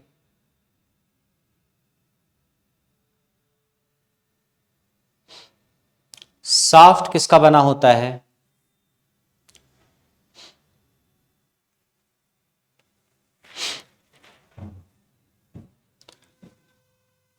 साफ्ट की अगर बात आए तो या तो कार्बन स्टील ऑप्शन में होगा तो आप कार्बन स्टील टिक कर दीजिए, या कार्बन स्टील नहीं है ऑप्शन में तो माइल्ड स्टील आप टिक कर दीजिए, दोनों चलता है। माइल्ड स्टील, कार्बन स्टील यानी कार्बन इस्पात कह सकते हो, या माइल्ड स्टील, शायद हिंदी में मृदु इस्पात बोलते हैं, मृदु इस्पात, मृदु इस्पात या कार्बन स्टील, इन दोनों में से जो भी ऑप्शन में, कार्बन स्टील है तो कार्बन स्टील, या माइल्ड स्टील माइल्ड स्टील। तो जो साफ्ट होती है, जो धुरी होती है, हाँ जी, वो बनी होती है कार्बन स्टील की या फिर माइल्ड स्टील की। किसकी? कार्बन स्टील की या माइल्ड स्टील की। साफ्ट इसकी, फ्रेम इसका। तो आपसे पूछा क्या गया? आपसे तो साफ्ट फ्रेम पूछा गया है, तो फ्रेम कास्ट आयरन का बना होता है। किसका? Cast iron, cast iron. सवाल है कि if the air gap in an induction motor is increased, अगर हम एयर गैप को बढ़ा दें, वायु अंतराल को बढ़ा दें, वायु अंतराल किसके किसके बीच? स्टेटर और रोटर के बीच का, तो क्या होगा? तो आपको ऐसे सवालों के आंसर रटे होने चाहिए। अगर आपने वायु अंतराल बढ़ा दिया किसके किसके बीच में? स्टेटर और रोटर के बीच में। जैसे ये है, ये स्टेटर है, ये रोटर है, ये जो गैप है, इस गैप को हम बोलते हैं एयर गैप। यही तो है, वायु अंतराल है ये एयर गैप है, ये एयर गैप है, हवा है, ये हवा हवा हवा हवा हवा, एयर गैप, वायु अंतराल। अगर आप एयर गैप को बढ़ा दोगे तो क्या होगा मेरे चिंटू? अगर आप एयर गैप को बढ़ा दोगे तो पावर फैक्टर कम हो जाएगा, power factor will decrease, power factor घट जाएगा। एयर गैप बढ़ाने पर, एयर गैप बढ़ाने पर, एयर गैप बढ़ाने पर पावर फैक्टर घट जाता है। एयर गैप बढ़ाओगे तो पावर फैक्टर घट जाएगा।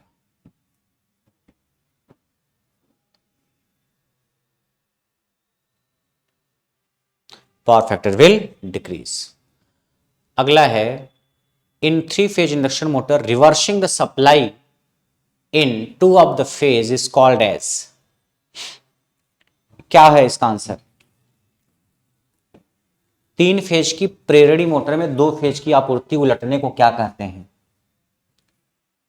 क्या कहते हैं? इसका आंसर बताइए। आपने अगर एक थ्री फेज इंडक्शन मोटर लिया, ये उसका रोटर है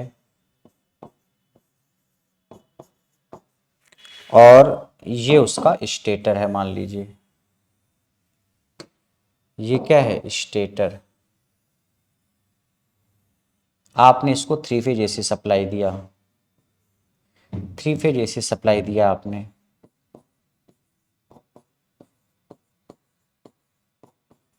ये मान लीजिए ए है, ये है बी फेज है, ये सी फेज है, थ्री फेज है, तीनों में कुछ करंट जा रही है। इसमें मान लीजिए करंट जा रही है आई ए, इसमें जो करंट जा रही है वो है मान लीजिए आई ए, इसमें जो करंट जा रही है वो है आई बी, और इसमें जो करंट जा रही है वो है आई सी।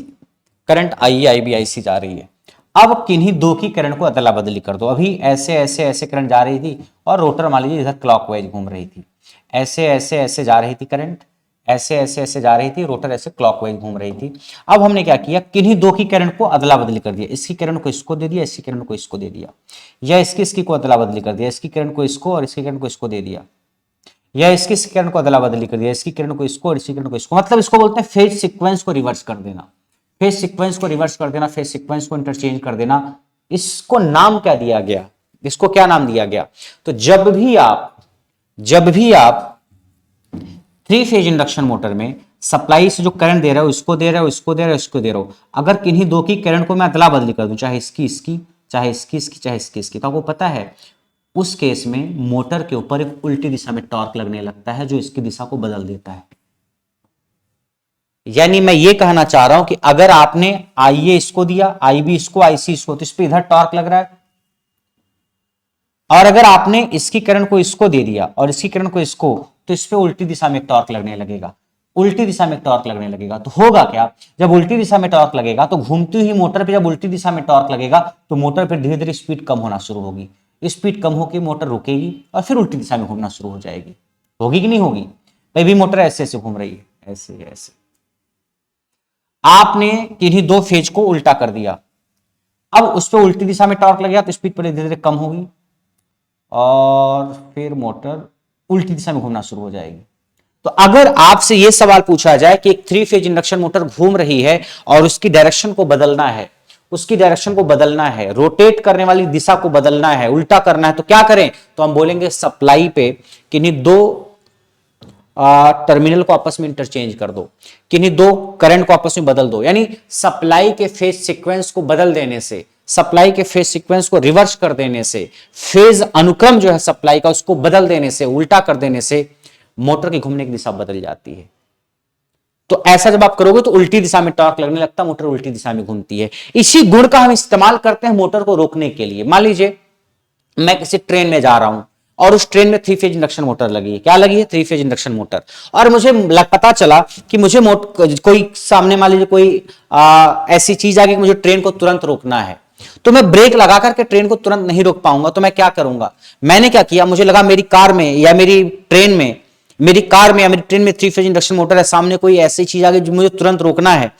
मैंने ब्रेक तो लगाया लेकिन और जल्दी मुझे रोकना है, तो मैंने क्या किया, तुरंत सप्लाई के दोनों करंट को उल्टा कर दिया। यानी इसकी करंट जो इधर जा रही थी उसको इसको दे दिया और इसकी करंट जो इधर जा रही थी उसको इसको उठा के दे दिया। इन दोनों की करंट को अदला बदली कर दिया। तो जैसा ही मैंने ऐसे किया, अब इस पे उल्टी दिशा में एक टॉर्क लगने लगेगा। उल्टी दिशा में टॉर्क लगेगा तो अब एक टॉर्क आ गया ना जो मोटर को उल्टी दिशा में घुमाना चाहता है, मोटर की गति को कम करेगा। अब मोटर धीरे धीरे उल्टी दिशा में टॉर्क का स्पीड कम होने लगेगी। जैसे इसकी स्पीड कम होके जीरो हुई, अब उल्टी दिशा में घूम पाता उसके पहले ही हमने सप्लाई डिस्कनेक्ट कर दी, सप्लाई देना बंद कर दिया। अब सप्लाई देना बंद कर दिया तो मोटर रुक गई, क्योंकि सप्लाई अपना आप नहीं दोगे तो फिर मोटर घूमेगी कैसे? यानी जो मोटर ऐसे ऐसे घूम रही थी, आपने सप्लाई के दो टर्मिनल को इंटरचेंज किया तो अब मोटर धीरे धीरे जीरो पे आएगी। जीरो से जैसे उल्टी दिशा में घूमती, लेकिन जीरो पे आते ही मैंने सप्लाई को डिस्कनेक्ट कर दिया। अब मोटर उल्टी दिशा में क्यों घूमेगी? अब कोई करंट ही नहीं, कोई सप्लाई नहीं, कोई टॉर्क ही नहीं है। इसे बोलते हैं प्लगिंग। प्लगिंग एक तरीके से ब्रेकिंग है। प्लगिंग क्या है? ब्रेकिंग, ब्रेक करना है। यानी जब आप मोटर को जल्दी रोकना चाहते हो तो उसके लिए हम ब्रेकिंग का इस्तेमाल करते हैं। तो प्लगिंग एक तरीके से ब्रेकिंग का मेथड है, braking of three phase induction motor. Braking का मतलब थ्री फेज इंडक्शन मोटर को रोकना, थ्री फेज इंडक्शन मोटर को रोकना। तो सप्लाई के टर्मिनल को उल्टा कर दो तो उस पर उल्टी दिशा में टॉर्क लगेगा, तो मोटर जब घूम रही है तो उसको विरोध करने वाला एक टॉर्क आ गया, उसको जल्दी से जीरो कर देगा। स्पीड जीरो करके फिर उल्टी दिशा में घुमाए, उसके पहले सप्लाई डिस्कनेक्ट कर दो। इसको बोलते हैं प्लगिंग। प्लगिंग में क्या करते हैं हम? प्लगिंग एक ब्रेकिंग का मेथड है। सप्लाई के किन्हीं दो टर्मिनल को इंटरचेंज कर देते हैं, इसको बोलते हैं प्लगिंग। वही सवाल है, समझ में आया सबको? Next, and three phase induction motor is similar to. एक थ्री फेज इंडक्शन मोटर किसके सिमिलर है? एक थ्री फेज इंडक्शन मोटर किसके सिमिलर है? Transformer secondary short circuit, transformer secondary open circuit, DC motor with load, DC motor without load, transformer secondary short circuit. यानी एक transformer की secondary को अगर शॉर्ट कर दीजिए आप तो लगभग इंडक्शन मोटर जैसा दिखता है। काफी सिमिलरिटी है इंडक्शन मोटर में और ट्रांसफॉर्मर में, ठीक है। बस ट्रांसफॉर्मर में और इंडक्शन मोटर में क्या अंतर है? थ्री फेज इंडक्शन मोटर में अगर हम नो लोड करंट की बात करें, देखो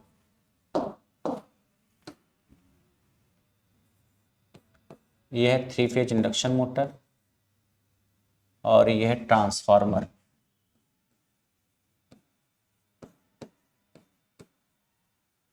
क्या क्या सिमिलरिटी है अगर आप देखो तो पहला एयर गैप। एयर गैप की अगर बात की जाए तो एयर गैप तो मान लो छोड़ो, नो लोड करंट की बात करो पहले। नो लोड करंट की, इसमें जो नो लोड करंट होती है 3 फेज इंडक्शन मोटर में कितनी होती है नो लोड करंट? 30 से 40% है, 30 से 50%, कुछ भी 30-40% ऑफ फुल लोड करंट।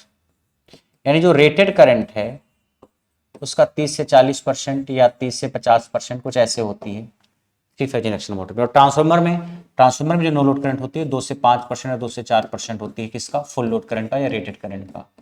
यानी जो रेटेड करंट है पूर्ण भार धारा उसका 2 से 5% ही होती है नो लोड करंट, शून्य भार धारा। फुल लोड करंट मतलब पूर्ण भार धारा का 30 से 40% होता है नो लोड करंट। दूसरा, इसमें जो है 3 फेज इंडक्शन मोटर को रोटेटिंग ट्रांसफार्मर भी बोलते हैं। क्या बोलते हैं? रोटेटिंग ट्रांसफार्मर, क्योंकि ये सिमिलर होता है किससे? ट्रांसफार्मर से सिमिलर होता है। क्या सिमिलरिटी होती है कि अगर हम ट्रांसफार्मर की सेकेंडरी को शॉर्ट कर दें तो लगभग उसका equivalent circuit 3 phase induction motor जैसा होता है। अगर हम ट्रांसफार्मर की सेकेंडरी को शॉर्ट कर दें तो ट्रांसफार्मर की सेकेंडरी को शॉर्ट कर देने पर उसका जो इक्विवेलेंट सर्किट होता है ट्रांसफार्मर का वो इंडक्शन मोटर जैसा मिलता जुलता हो जाता है। तो यानी अगर सेकेंडरी को शॉर्ट कर दिया जाए ट्रांसफार्मर की तो आपका जो ट्रांसफार्मर है वो इंडक्शन मोटर जैसा ही हो जाता है। यानी ये 3 phase induction motor similar to transformer with secondary short circuited. सेकेंडरी को लघु परिपथ कर दो तो ट्रांसफार्मर की सेकेंडरी को शॉर्ट कर दोगे तो ट्रांसफार्मर जैसा बिहेवियर करने लगेगी। ए ऑप्शन है। बाकी नो लोड करंट का अंतर हमने बता दिया। बस इंडक्शन मोटर में कोई रोटेटिंग पार्ट होता है, इसमें रोटेटिंग पार्ट होता है, इसमें रोटेटिंग पार्ट नहीं होता है। इसमें फ्रिक्शन और विंडेज लॉस होता है, वायु और घर्षण हानि इसमें नहीं होता है। अगला सवाल है the crawling in induction motor is caused by. बताओ क्रॉलिंग किसकी वजह से होती है?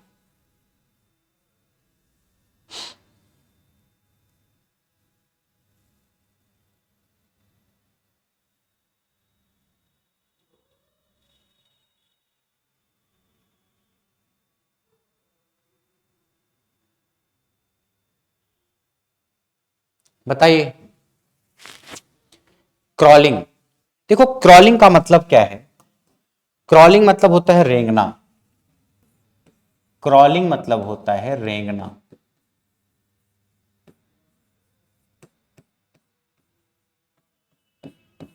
क्रॉलिंग इसका मतलब होता है रेंगना। कभी कभी आपकी इंडक्शन मोटर बहुत धीरे धीरे चलती है, हम तो चाहते हैं कि उसकी जो स्पीड हो वो लगभग एनएस के बराबर हो, एनएस के बहुत करीब हो, लेकिन आपकी इंडक्शन मोटर एनएस स्पीड पे नहीं घूमती है बल्कि बहुत कम स्पीड पे घूमती है, लगभग NS/7 स्पीड पे घूमती है। NS/7 स्पीड पे घूमती है क्रॉलिंग में आपकी मोटर। नॉर्मली आप क्या चाहते हो कि इंडक्शन मोटर में रोटर की स्पीड जो NR है वो लगभग NS के बराबर हो, यही तो चाहते हो आप, यानी लगभग NS के बराबर। लेकिन अगर आपकी मोटर NS की 1/7 स्पीड पे घूम रही है, NS/7 स्पीड पे, बहुत कम स्पीड है, यानी इतने धीरे धीरे स्पीड पे जो घूमना होता है इंडक्शन मोटर का उससे बोलते हैं रेंगना, क्रॉलिंग। क्रॉलिंग बोलते हैं उसको। उसको क्या बोलते हैं? क्रॉलिंग, रेंगना। यानी मैं स्विच ऑन करके सोच रहा हूं मेरी मोटर चलेगी, मोटर बहुत धीरे धीरे घूम रही है, रेंग रही है। धीरे धीरे चलना मतलब रेंगना। आपने नहीं कहा है कई बार, मैं पूछता हूं पढ़ाई कैसी चल रही है, आप बोलते हो सर रेंग रही है पढ़ाई। रेंग रही है, कहावत भी तो है, if you can't run at least walk, and if you can't walk at least crawl. अगर आप दौड़ नहीं सकते तो एटलीस्ट चलते रहो, चल नहीं सकते तो एटलीस्ट क्रॉल, रेंगते रहो, मतलब रुको मत। थोड़ा सा ही गति हो आपके तैयारी में, आपकी पढ़ाई में, आपके शरीर में, वो जरूरी है। आपकी पढ़ाई भी रुकनी नहीं चाहिए, भले आधे घंटे 1 घंटे पढ़ो पर डे, मगर क्रॉल करते रहो। NS/7 स्पीड पे घूमती है मोटर, इसको बोलते हैं क्रॉलिंग, बहुत कम स्पीड पे। इसका कारण क्या है? इसका कारण है हार्मोनिक्स। हार्मोनिक्स के कारण ऐसा होता है, हार्मोनिक्स के कारण। और हार्मोनिक्स में भी कौन सा हार्मोनिक्स? तो उसका जो टाइप है वह स्पेस हार्मोनिक्स। ठीक है, स्पेस हार्मोनिक्स के कारण ऐसा होता है। सवाल अगर आए कि क्रॉलिंग किस वजह से होती है तो बोल देना आप स्पेस हार्मोनिक्स की वजह से। ठीक है, किसकी वजह से? Space harmonics. हार्मोनिक्स में कई टाइप होते हैं, एक टाइम हार्मोनिक्स, एक स्पेस हार्मोनिक्स, तो आप बोलते हैं ना स्पेस हार्मोनिक्स की वजह से। तो क्रॉलिंग किसकी वजह से? स्पेस हार्मोनिक्स की वजह से। क्रॉलिंग में क्या होता है? क्रॉलिंग में स्पीड बहुत कम हो जाती है। क्या होती है? स्पीड बहुत कम हो जाती है।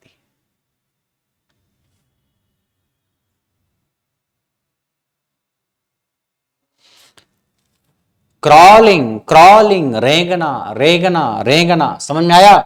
क्या उत्तर दोगे? क्रॉलिंग किस कारण से होती है? Harmonics developed in motor. Motor में जो हार्मोनिक्स आता है उसकी वजह से। मोटर में जो हार्मोनिक्स आता है, ये एक दोष है इंडक्शन मोटर का। क्या है? दोष है। In induction motor torque is directly proportional to the torque is directly proportional to the slip. Slip की पावर 1/3, यानी ये है शायद स्लिप की पावर 1/3, ये लिखना चाह रहा था। दूसरा हायर स्लिप वैल्यू, मतलब समानुपाती होता है हायर स्लिप पे या वोल्टेज स्लिप पे या लोअर वैल्यू स्लिप पे। बताओ इसका आंसर बताओ सभी लोग। मैरी क्रिसमस उज्जवल, आपको भी। इंडक्शन मोटर में टॉर्क इज प्रोपोर्शनल टू किसके प्रोपोर्शनल होता है? तो आप देखिए टॉर्क किसके प्रोपोर्शनल होता है, अभी थोड़ी देर पहले आपको बताया है। Torque is proportional to slip. लेकिन स्लिप कौन सी है? Low value of slip. Torque proportional है जरूर स्लिप के, लेकिन स्लिप कौन सी है? हाई स्लिप या लो स्लिप? लो स्लिप, हाँ लो स्लिप, जिंटू इधर स्लिप कम है। Torque is directly proportional to slip, मगर वो स्लिप कौन सी है? हाई की लो? ना, हाई वाली की नहीं, हाई वाली की तो इनवर्सली प्रोपोर्शनल है। हाई वाली की तो इनवर्सली प्रोपोर्शनल है, लो वैल्यू की डायरेक्टली प्रोपोर्शनल है। ये बोल सकते हो torque is directly proportional to low value of slip and torque is inversely proportional to high value of slip. टॉर्क उच्च स्लिप के व्युत्क्रमानुपाती होता है और टॉर्क निम्न स्लिप के समानुपाती होता है। तो torque is directly proportional to, तो डायरेक्टली प्रोपोर्शनल मतलब स्लिप है तो low slip, low slip, low slip, low slip, जी जी जी जी, low slip, low slip, low slip, low slip. Torque is directly proportional to low slip. छोटे सरपण मानों के लिए, छोटे सरपण मानों के लिए, यानी स्लिप की जब कम वैल्यू होती है तब उस वक्त, जब स्लिप की कम वैल्यू होती तब उस वक्त टॉर्क स्लिप के समानुपाती होता है, टॉर्क स्लिप के डायरेक्टली प्रोपोर्शनल होता है। क्लियर है? अरे इसमें क्या डाउट है भाई? पढ़ाया तो अभी थोड़ी देर पहले आपको। जब एक सवाल को अच्छे से मैं समझाता हूं तो आप समझ लो, उससे और कई सारे सवाल बने हुए हैं। टॉर्क समानुपाती किसके है? लोअर स्लिप के। टी समानुपाती एस में एस क्या है? लो स्लिप।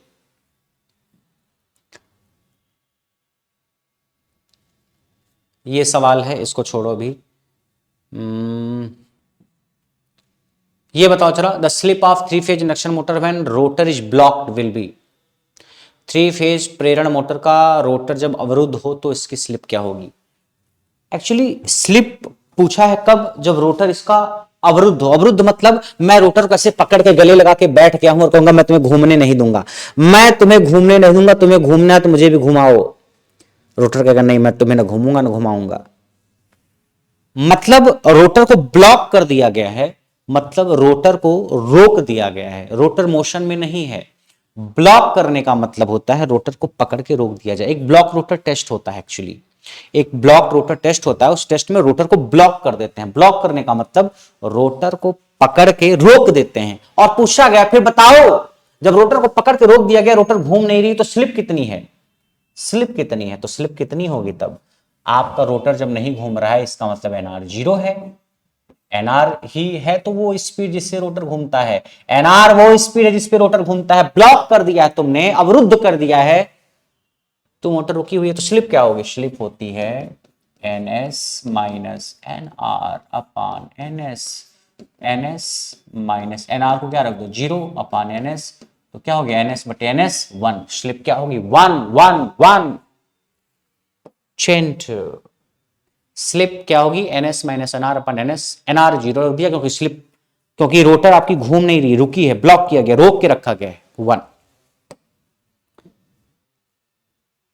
हाँ जी, तो ब्लॉक रोटर टेस्ट एक करते हैं जिसमें रोटर को ब्लॉक करके रखते हैं कि रोटर को घूमने नहीं देंगे, नहीं घूमने देंगे रोटर को। सवाल है कि 3 फेज प्रेरण मोटर में अधिकतम दक्षता प्राप्त करने के लिए इसकी स्लिप क्या होनी चाहिए? मैक्स एफिशिएंसी के लिए भी छोड़ो इसको। थ्री फेज वाउंड मोटर, इसको बताओ जरा। Three phase wound rotor motor also regarded as, three phase wound rotor motor को और किस नाम से जाना जाता है? Three phase wound rotor motor को और किस नाम से जाना जाता है? देखो भाई बताओ, बताइए।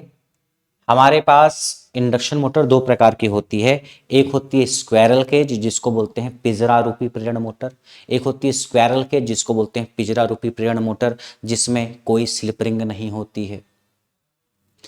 कोई स्लिप रिंग नहीं होती है। स्टार्टिंग टॉर्क थोड़ा सा कम होता है, मगर कॉस्ट भी कम होती है, मेंटेनेंस कम होता है। ज़्यादातर यूज हम स्क्वायरल केज का करते हैं। और दूसरा होता है स्लिप रिंग इंडक्शन मोटर जिसको बोलते हैं wound rotor induction motor. Slip ring induction motor जिसको बोलते हैं wound rotor induction motor. Slip ring को हिंदी में बोलते हैं सर्पी वलय प्रेरण मोटर। क्या बोलते हैं? सर्पी वलय प्रेरण मोटर। सर्पी वलय प्रेरण मोटर को वाउंड रोटर इंडक्शन मोटर ही बोलते हैं। उसमें 3 स्लिप रिंग हम यूज करते हैं। स्टार्टिंग टॉर्क ज्यादा होता है लेकिन महंगी पड़ती है स्लिप रिंग वगैरह का मेंटेनेंस के कारण। तो स्लिप रिंग इंडक्शन मोटर को वाउंड रोटर इंडक्शन मोटर बोलते हैं। स्लिप रिंग इंडक्शन मोटर में 3 स्लिप रिंग यूज करते हैं। महंगी होती है मगर स्टार्टिंग टॉर्क ज्यादा होता है, तो जहां ज्यादा स्टार्टिंग टॉर्क चाहिए वहां pay slip ring induction motor use करेंगे। और स्क्वायरल केज इंडक्शन मोटर जो है पिंजरा रूपी प्रेरण मोटर, उसमें एक भी स्लिप रिंग नहीं होती है। कम स्टार्टिंग टॉर्क होता है मगर खर्चा भी कम, मेंटेनेंस भी कम होता है। ठीक है, तो सवाल है three phase wound rotor motor को, वाउंड रोटर किसको बोलते हैं? स्लिप रिंग को। सर्पी वलय स्लिप रिंग इंडक्शन मोटर। आई बात समझ में? अरे चिंटू, चिंटू का असर हमको नहीं आया समझ में। 12 बजे के बाद पता नहीं आपका कमेंट आएगा कि नहीं आएगा। देखो, देखते हैं। देखो,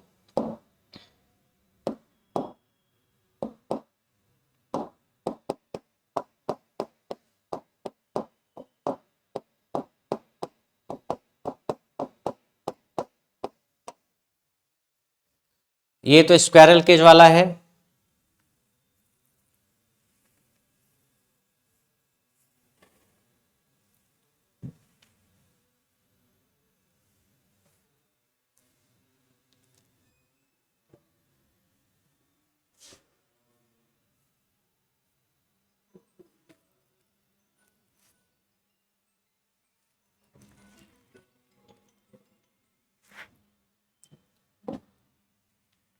ये स्क्वायरल केज है, ये वाला। ये स्क्वायरल केज है। स्क्वायरल केज दिख रहा है ना? अरे चिंटू बोलो।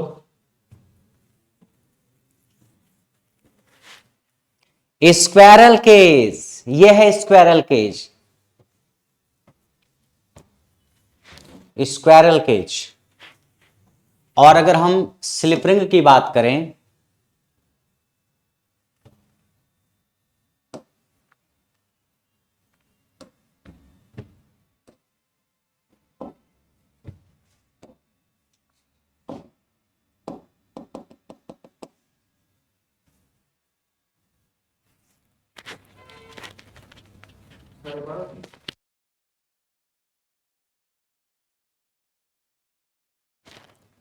चलो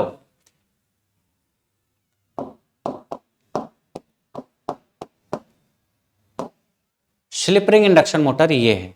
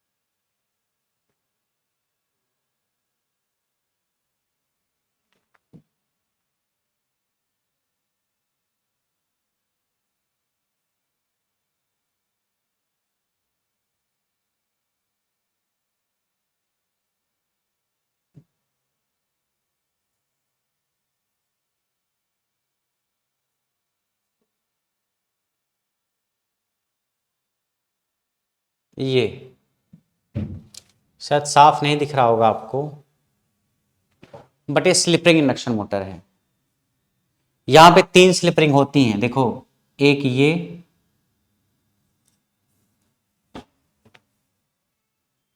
तीन स्लिप रिंग दिख रही हैं, एक ये, दूसरी, तीसरी रिंग होती है 3।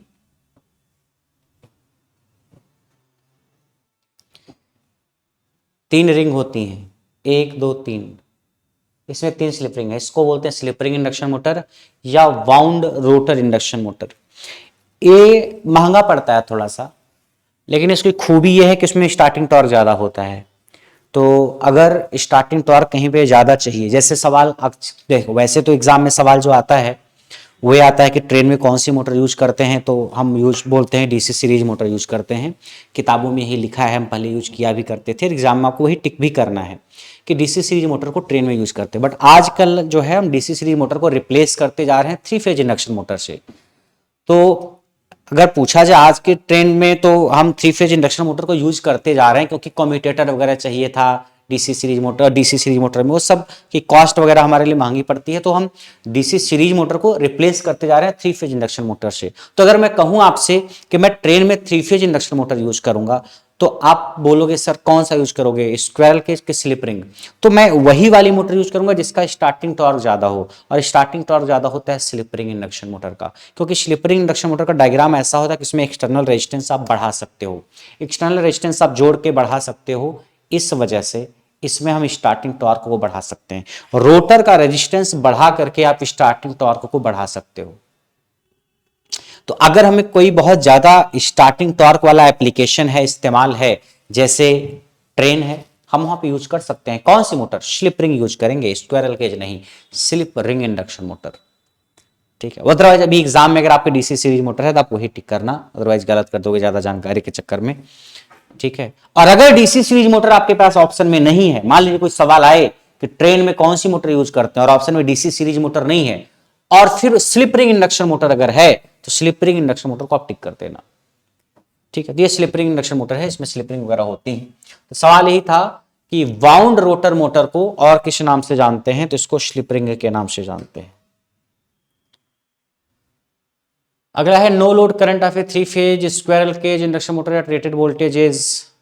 नो लोड करंट कितनी होती है स्क्वायरल केज इंडक्शन मोटर में रेटेड वोल्टेज पर, मतलब नो लोड करंट पूछा है आपसे, तो आपको पता है कि ट्रांसफार्मर में तो नो लोड करंट कम होती है 2 से 5%, ट्रांसफार्मर में तो नो लोड करंट कम होती है 2 से 5% के आसपास, लेकिन 3 फेज इंडक्शन मोटर में, 3 फेज इंडक्शन मोटर में जो नो लोड करंट होती है वो 30 से 40% के आसपास होती है। 30 से 40% के सबसे करीब में यह है, 30 से 50 दिख रहा है, यही है, 5 से 10 नहीं, 5 से 7 गुना नहीं, 30 से 40 या 30 से 45, मतलब ये सबसे करीब ऑप्शन है 30 से 50%। तो नो लोड करंट कितनी होती है, 30 से 50% या 30 से 40%।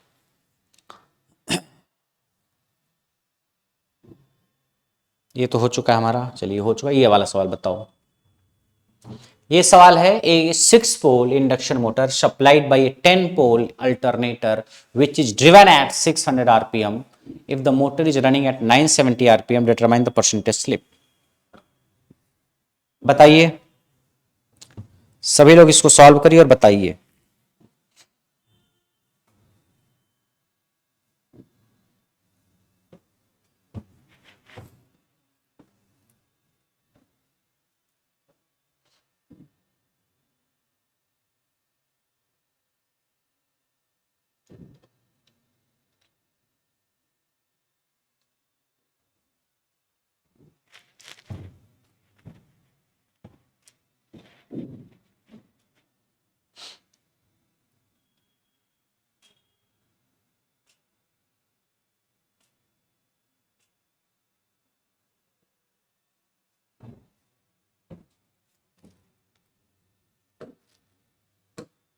देखो, एक 6 पोल की इंडक्शन मोटर है, पहले मोटर के बारे में लिखते हैं। इंडक्शन मोटर,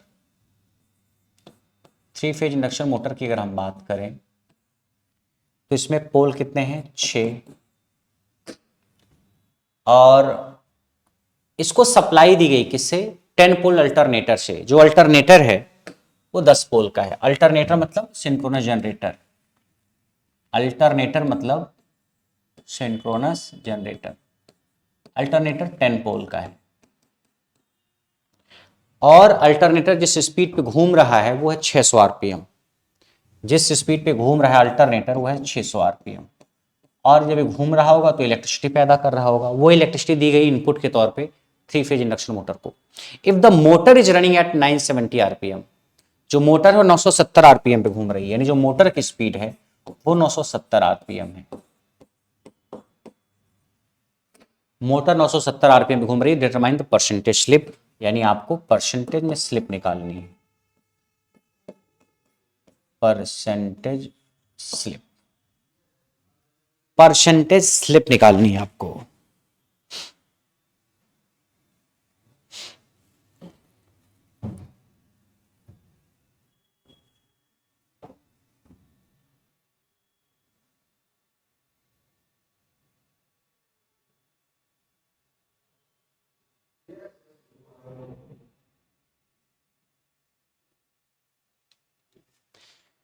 कहने का मतलब है अल्टरनेटर को क्या करते हैं, अल्टरनेटर को मैकेनिकल इनपुट मिलता है कहीं से, अल्टरनेटर घूमता है, अल्टरनेटर मतलब सिंक्रोनस जनरेटर, अल्टरनेटर को मैकेनिकल इनपुट कहीं से मिलता है, अल्टरनेटर घूमता है और अल्टरनेटर घूम के इलेक्ट्रिकल एनर्जी पैदा करता है, इलेक्ट्रिसिटी पैदा करता है। तो जो इलेक्ट्रिसिटी पैदा किया होगा अल्टरनेटर ने, जो वोल्टेज पैदा किया होगा एसी वोल्टेज, वही वोल्टेज इनपुट के तौर पे इस मोटर को दिया गया, 3 फेज इंडक्शन मोटर को। क्योंकि 3 फेज इंडक्शन मोटर को तो क्या चाहिए, वोल्टेज चाहिए, इलेक्ट्रिकल एनर्जी चाहिए चलने के लिए, वो इलेक्ट्रिकल एनर्जी इसको अल्टरनेटर देगा। अल्टरनेटर कैसे घूम रहा है, उसको घुमा रहे होंगे किसी चीज से, टरबाइन वरबाइन से घुमा रहे होंगे हम अल्टरनेटर को। अल्टरनेटर के रोटर को कैसे से घुमाए वो नहीं मेंशन कर रखा है, हमको तो पता है अल्टरनेटर को घुमाएंगे तभी इलेक्ट्रिसिटी देगा। जिस स्पीड से घूम रहा है वो स्पीड है, इसमें पोल इतने हैं, अब ये इलेक्ट्रिकल एनर्जी पैदा करके इस मोटर को दे रहा है और मोटर फिर घूम रही है 970 आरपीएम पे। मोटर क्यों घूम रही है, क्योंकि उसको इलेक्ट्रिकल एनर्जी मिल रही है। कहां से मिल रही है, अल्टरनेटर दे रहा है। और जब इसको इलेक्ट्रिकल एनर्जी मिली तो अल्टरनेटर ने जब इलेक्ट्रिकल एनर्जी इसको दी तो मोटर आपकी घूम रही है किस पे, 970 आरपीएम पे।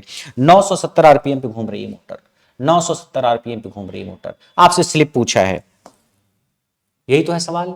एक 6 पोल इंडक्शन मोटर, यानी एक 6 पोल वाली इंडक्शन मोटर है और उसको एक अल्टरनेटर से सप्लाई दी गई है। जो अल्टरनेटर जो है उसमें 10 पोल हैं और अल्टरनेटर जिस स्पीड पे घूम रहा है वो 600 आरपीएम की है और मोटर जिस स्पीड पे घूम रही है वो 970 आरपीएम है। तो आपको परसेंटेज स्लिप निकालनी है। परसेंटेज स्लिप, अरे चूक नहीं स्लिप है ये, नालायक। चूक क्या क्या मतलब होता है, परसेंटेज स्लिप एक्चुअली जो लिखा रहता है ना हिंदी में, वो ट्रांसलेशन होता है गूगल वाला, गूगल वाला ट्रांसलेशन। तो स्लिप मतलब नहीं यार मौका हाथ से स्लिप हो गया वरना इस बार तो सिलेक्शन पक्का था, यार एक कैच हल्का सा स्लिप हो गया वरना हम मैच जीत जाते। स्लिप मतलब चूक जाना, तो ये लिखा परसेंटेज चूक ज्ञात करो, आपकी स्लिप है भाई। अगर आप करंट डालो तो करंट मतलब विद्युत धारा भी होता है, करंट मतलब वर्तमान भी होता है, तो कुछ भी दे देगा। गूगल को क्या पता आप इलेक्ट्रिकल इंजीनियरिंग से रिलेटेड पूछ रहे हो कि किसी और से रिलेटेड। परसेंटेज स्लिप, तो ऐसे अगर कभी कंफ्यूजन हो तो इंग्लिश वाला देखा करो आप। स्लिप क्या होती है, स्लिप होती है NS minus NR upon NS। NS कितना है बोलो, NS हमको नहीं पता। अच्छा NR कितना है, ये जिस स्पीड पे घूम रहा है वो पता है 970, ये जिस स्पीड पे घूम रहा है 970 है वो पता है, ठीक है इसको तो रख देंगे 970। NS निकालो, NS निकालने के लिए क्या चाहिए हमको, NS निकालने के लिए हमको चाहिए क्या, NS होता है 120F upon P, 120 into frequency. Frequency, frequency और पोल, पोल कितने हैं, पोल तो 6 हैं, पोल कितने हैं 6, पोल 6 हैं इसमें 6। फ्रीक्वेंसी, इंडक्शन मोटर को जो वोल्टेज मिला, एसी वोल्टेज मिला, उस एसी वोल्टेज की फ्रीक्वेंसी भी तो कुछ होगी। 3 फेज इंडक्शन मोटर को जो सप्लाई देते हो आप, उस सप्लाई की कुछ फ्रीक्वेंसी होती है कि नहीं होती है, वो फ्रीक्वेंसी यहां पे लिख दो।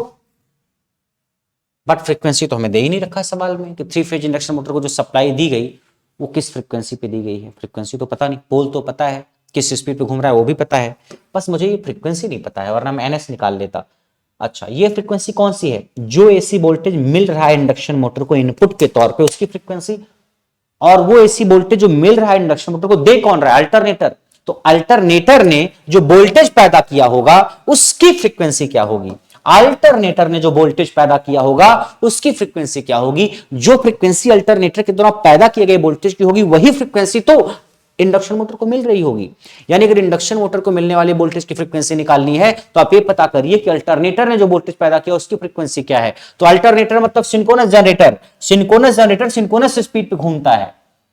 सिंक्रोनस जनरेटर या अल्टरनेटर सिंक्रोनस स्पीड पे घूमता है और इसके घूमने की स्पीड जो ns होती है ये होती है 120 f/p।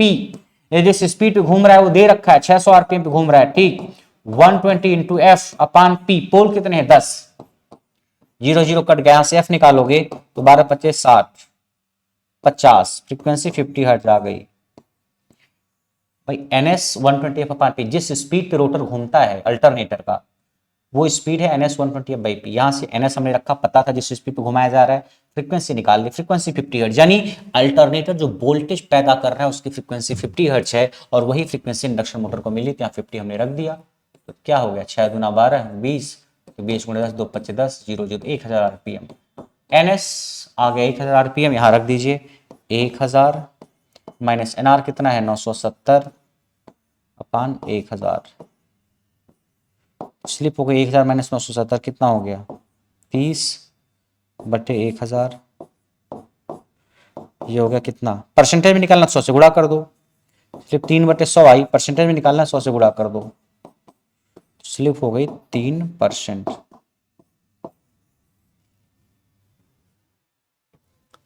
स्लिप कितनी हो गई 3%। तो उम्मीद करते हैं आज आपको जो पढ़ाया गया वो समझ में आया होगा, ठीक है।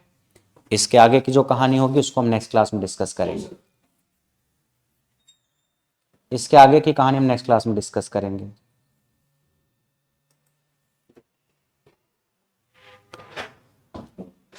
ठीक है।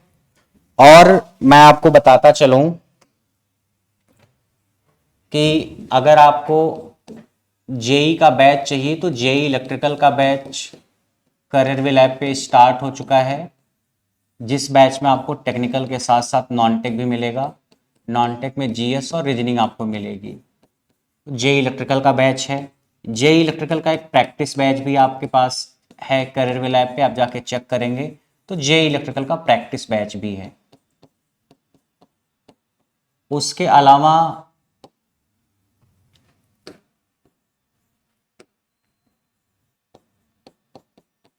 आईटीआई इलेक्ट्रीशियन ट्रेड का बैच भी चल रहा है।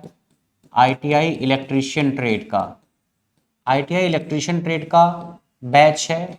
इलेक्ट्रॉनिक मैकेनिक ट्रेड का भी बैच चल रहा है आईटीआई वालों के लिए। इलेक्ट्रॉनिक मैकेनिक का बैच भी चल रहा है।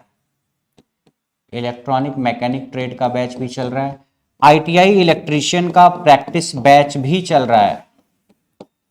आईटीआई इलेक्ट्रीशियन का प्रैक्टिस बैच भी चल रहा है। तो अगर आप प्रैक्टिस बैच ज्वाइन करना चाहते हैं तो भी आप ज्वाइन कर सकते हैं, या अगर आप एएलपी वगैरह की तैयारी करना चाहते हैं रेलवे में लोको पायलट के लिए तो उसका बेसिक साइंस और इंजीनियरिंग ड्राइंग का बैच भी चल रहा है। बेसिक साइंस और इंजीनियरिंग ड्राइंग 40 नंबर की आती है सीबीटी 2 में 40 मार्क्स की, जिसमें इंजीनियरिंग ड्राइंग कंप्यूटर से रिलेटेड, एनवायरनमेंट से रिलेटेड, हीट, टेम्परेचर, मास, वेट, डेंसिटी, एनर्जी, इलेक्ट्रिसिटी, ये सब आता है, सेफ्टी वगैरह। वहां से इसका बैच भी चल रहा है। ये सारे बैचेज आपको करियर लैब पे मिलेंगे। इन बैचेज को अगर आप ढूंढ नहीं पा रहे हो तो करियर लैब डाउनलोड करने के बाद सबसे नीचे एक ऑप्शन आता है लाइव क्लास का। सबसे नीचे एक ऑप्शन आता है लाइव क्लास का, सबसे नीचे उस पर आप एक बार क्लिक करना। फिर ऊपर अलग अलग एग्जाम का सेक्शन आता है, आईएएस, पीसीएस, रेलवे, उसमें एक सेक्शन होगा जेईई एंड आईटीआई एग्जाम का, उस पर आप क्लिक कर देना। ठीक है, जैसे ही आप JEE and ITI exam click करोगे जितने भी बैचेस टेक्निकल के चल रहे हैं जेईई आईटीआई के, वो सारे बैचेज आपके दिख जाएंगे। फिर उस बैच पे जब आप क्लिक करोगे तो वहां पे एक सेक्शन होगा इंट्रो का। इंट्रो वीडियो को आप देखना तो बैच की सारी जानकारी उसमें दी गई होगी। सबसे पहले आप इंट्रो वीडियो ही देखा करो, उसमें बैच की सारी जानकारी दी हुई होती है। आपको डेमो देखना है तो वहां जाके आप डेमो भी देख सकते हैं। ठीक है, और अगर कोई बैच वगैरह से रिलेटेड है तो आप इस नंबर पे व्हाट्सएप मैसेज करके पूछ सकते हैं। आप फोन नहीं करेंगे, आप व्हाट्सएप पे मैसेज करेंगे। तो आज की कहानी यहीं तक, बाकी आप लोगों के एग्जाम होने वाले हैं, आप मेहनत से तैयारी करते रहिए। मिलते हैं आपसे फिर नेक्स्ट सेशन में। Bye bye everyone. स्टॉप कर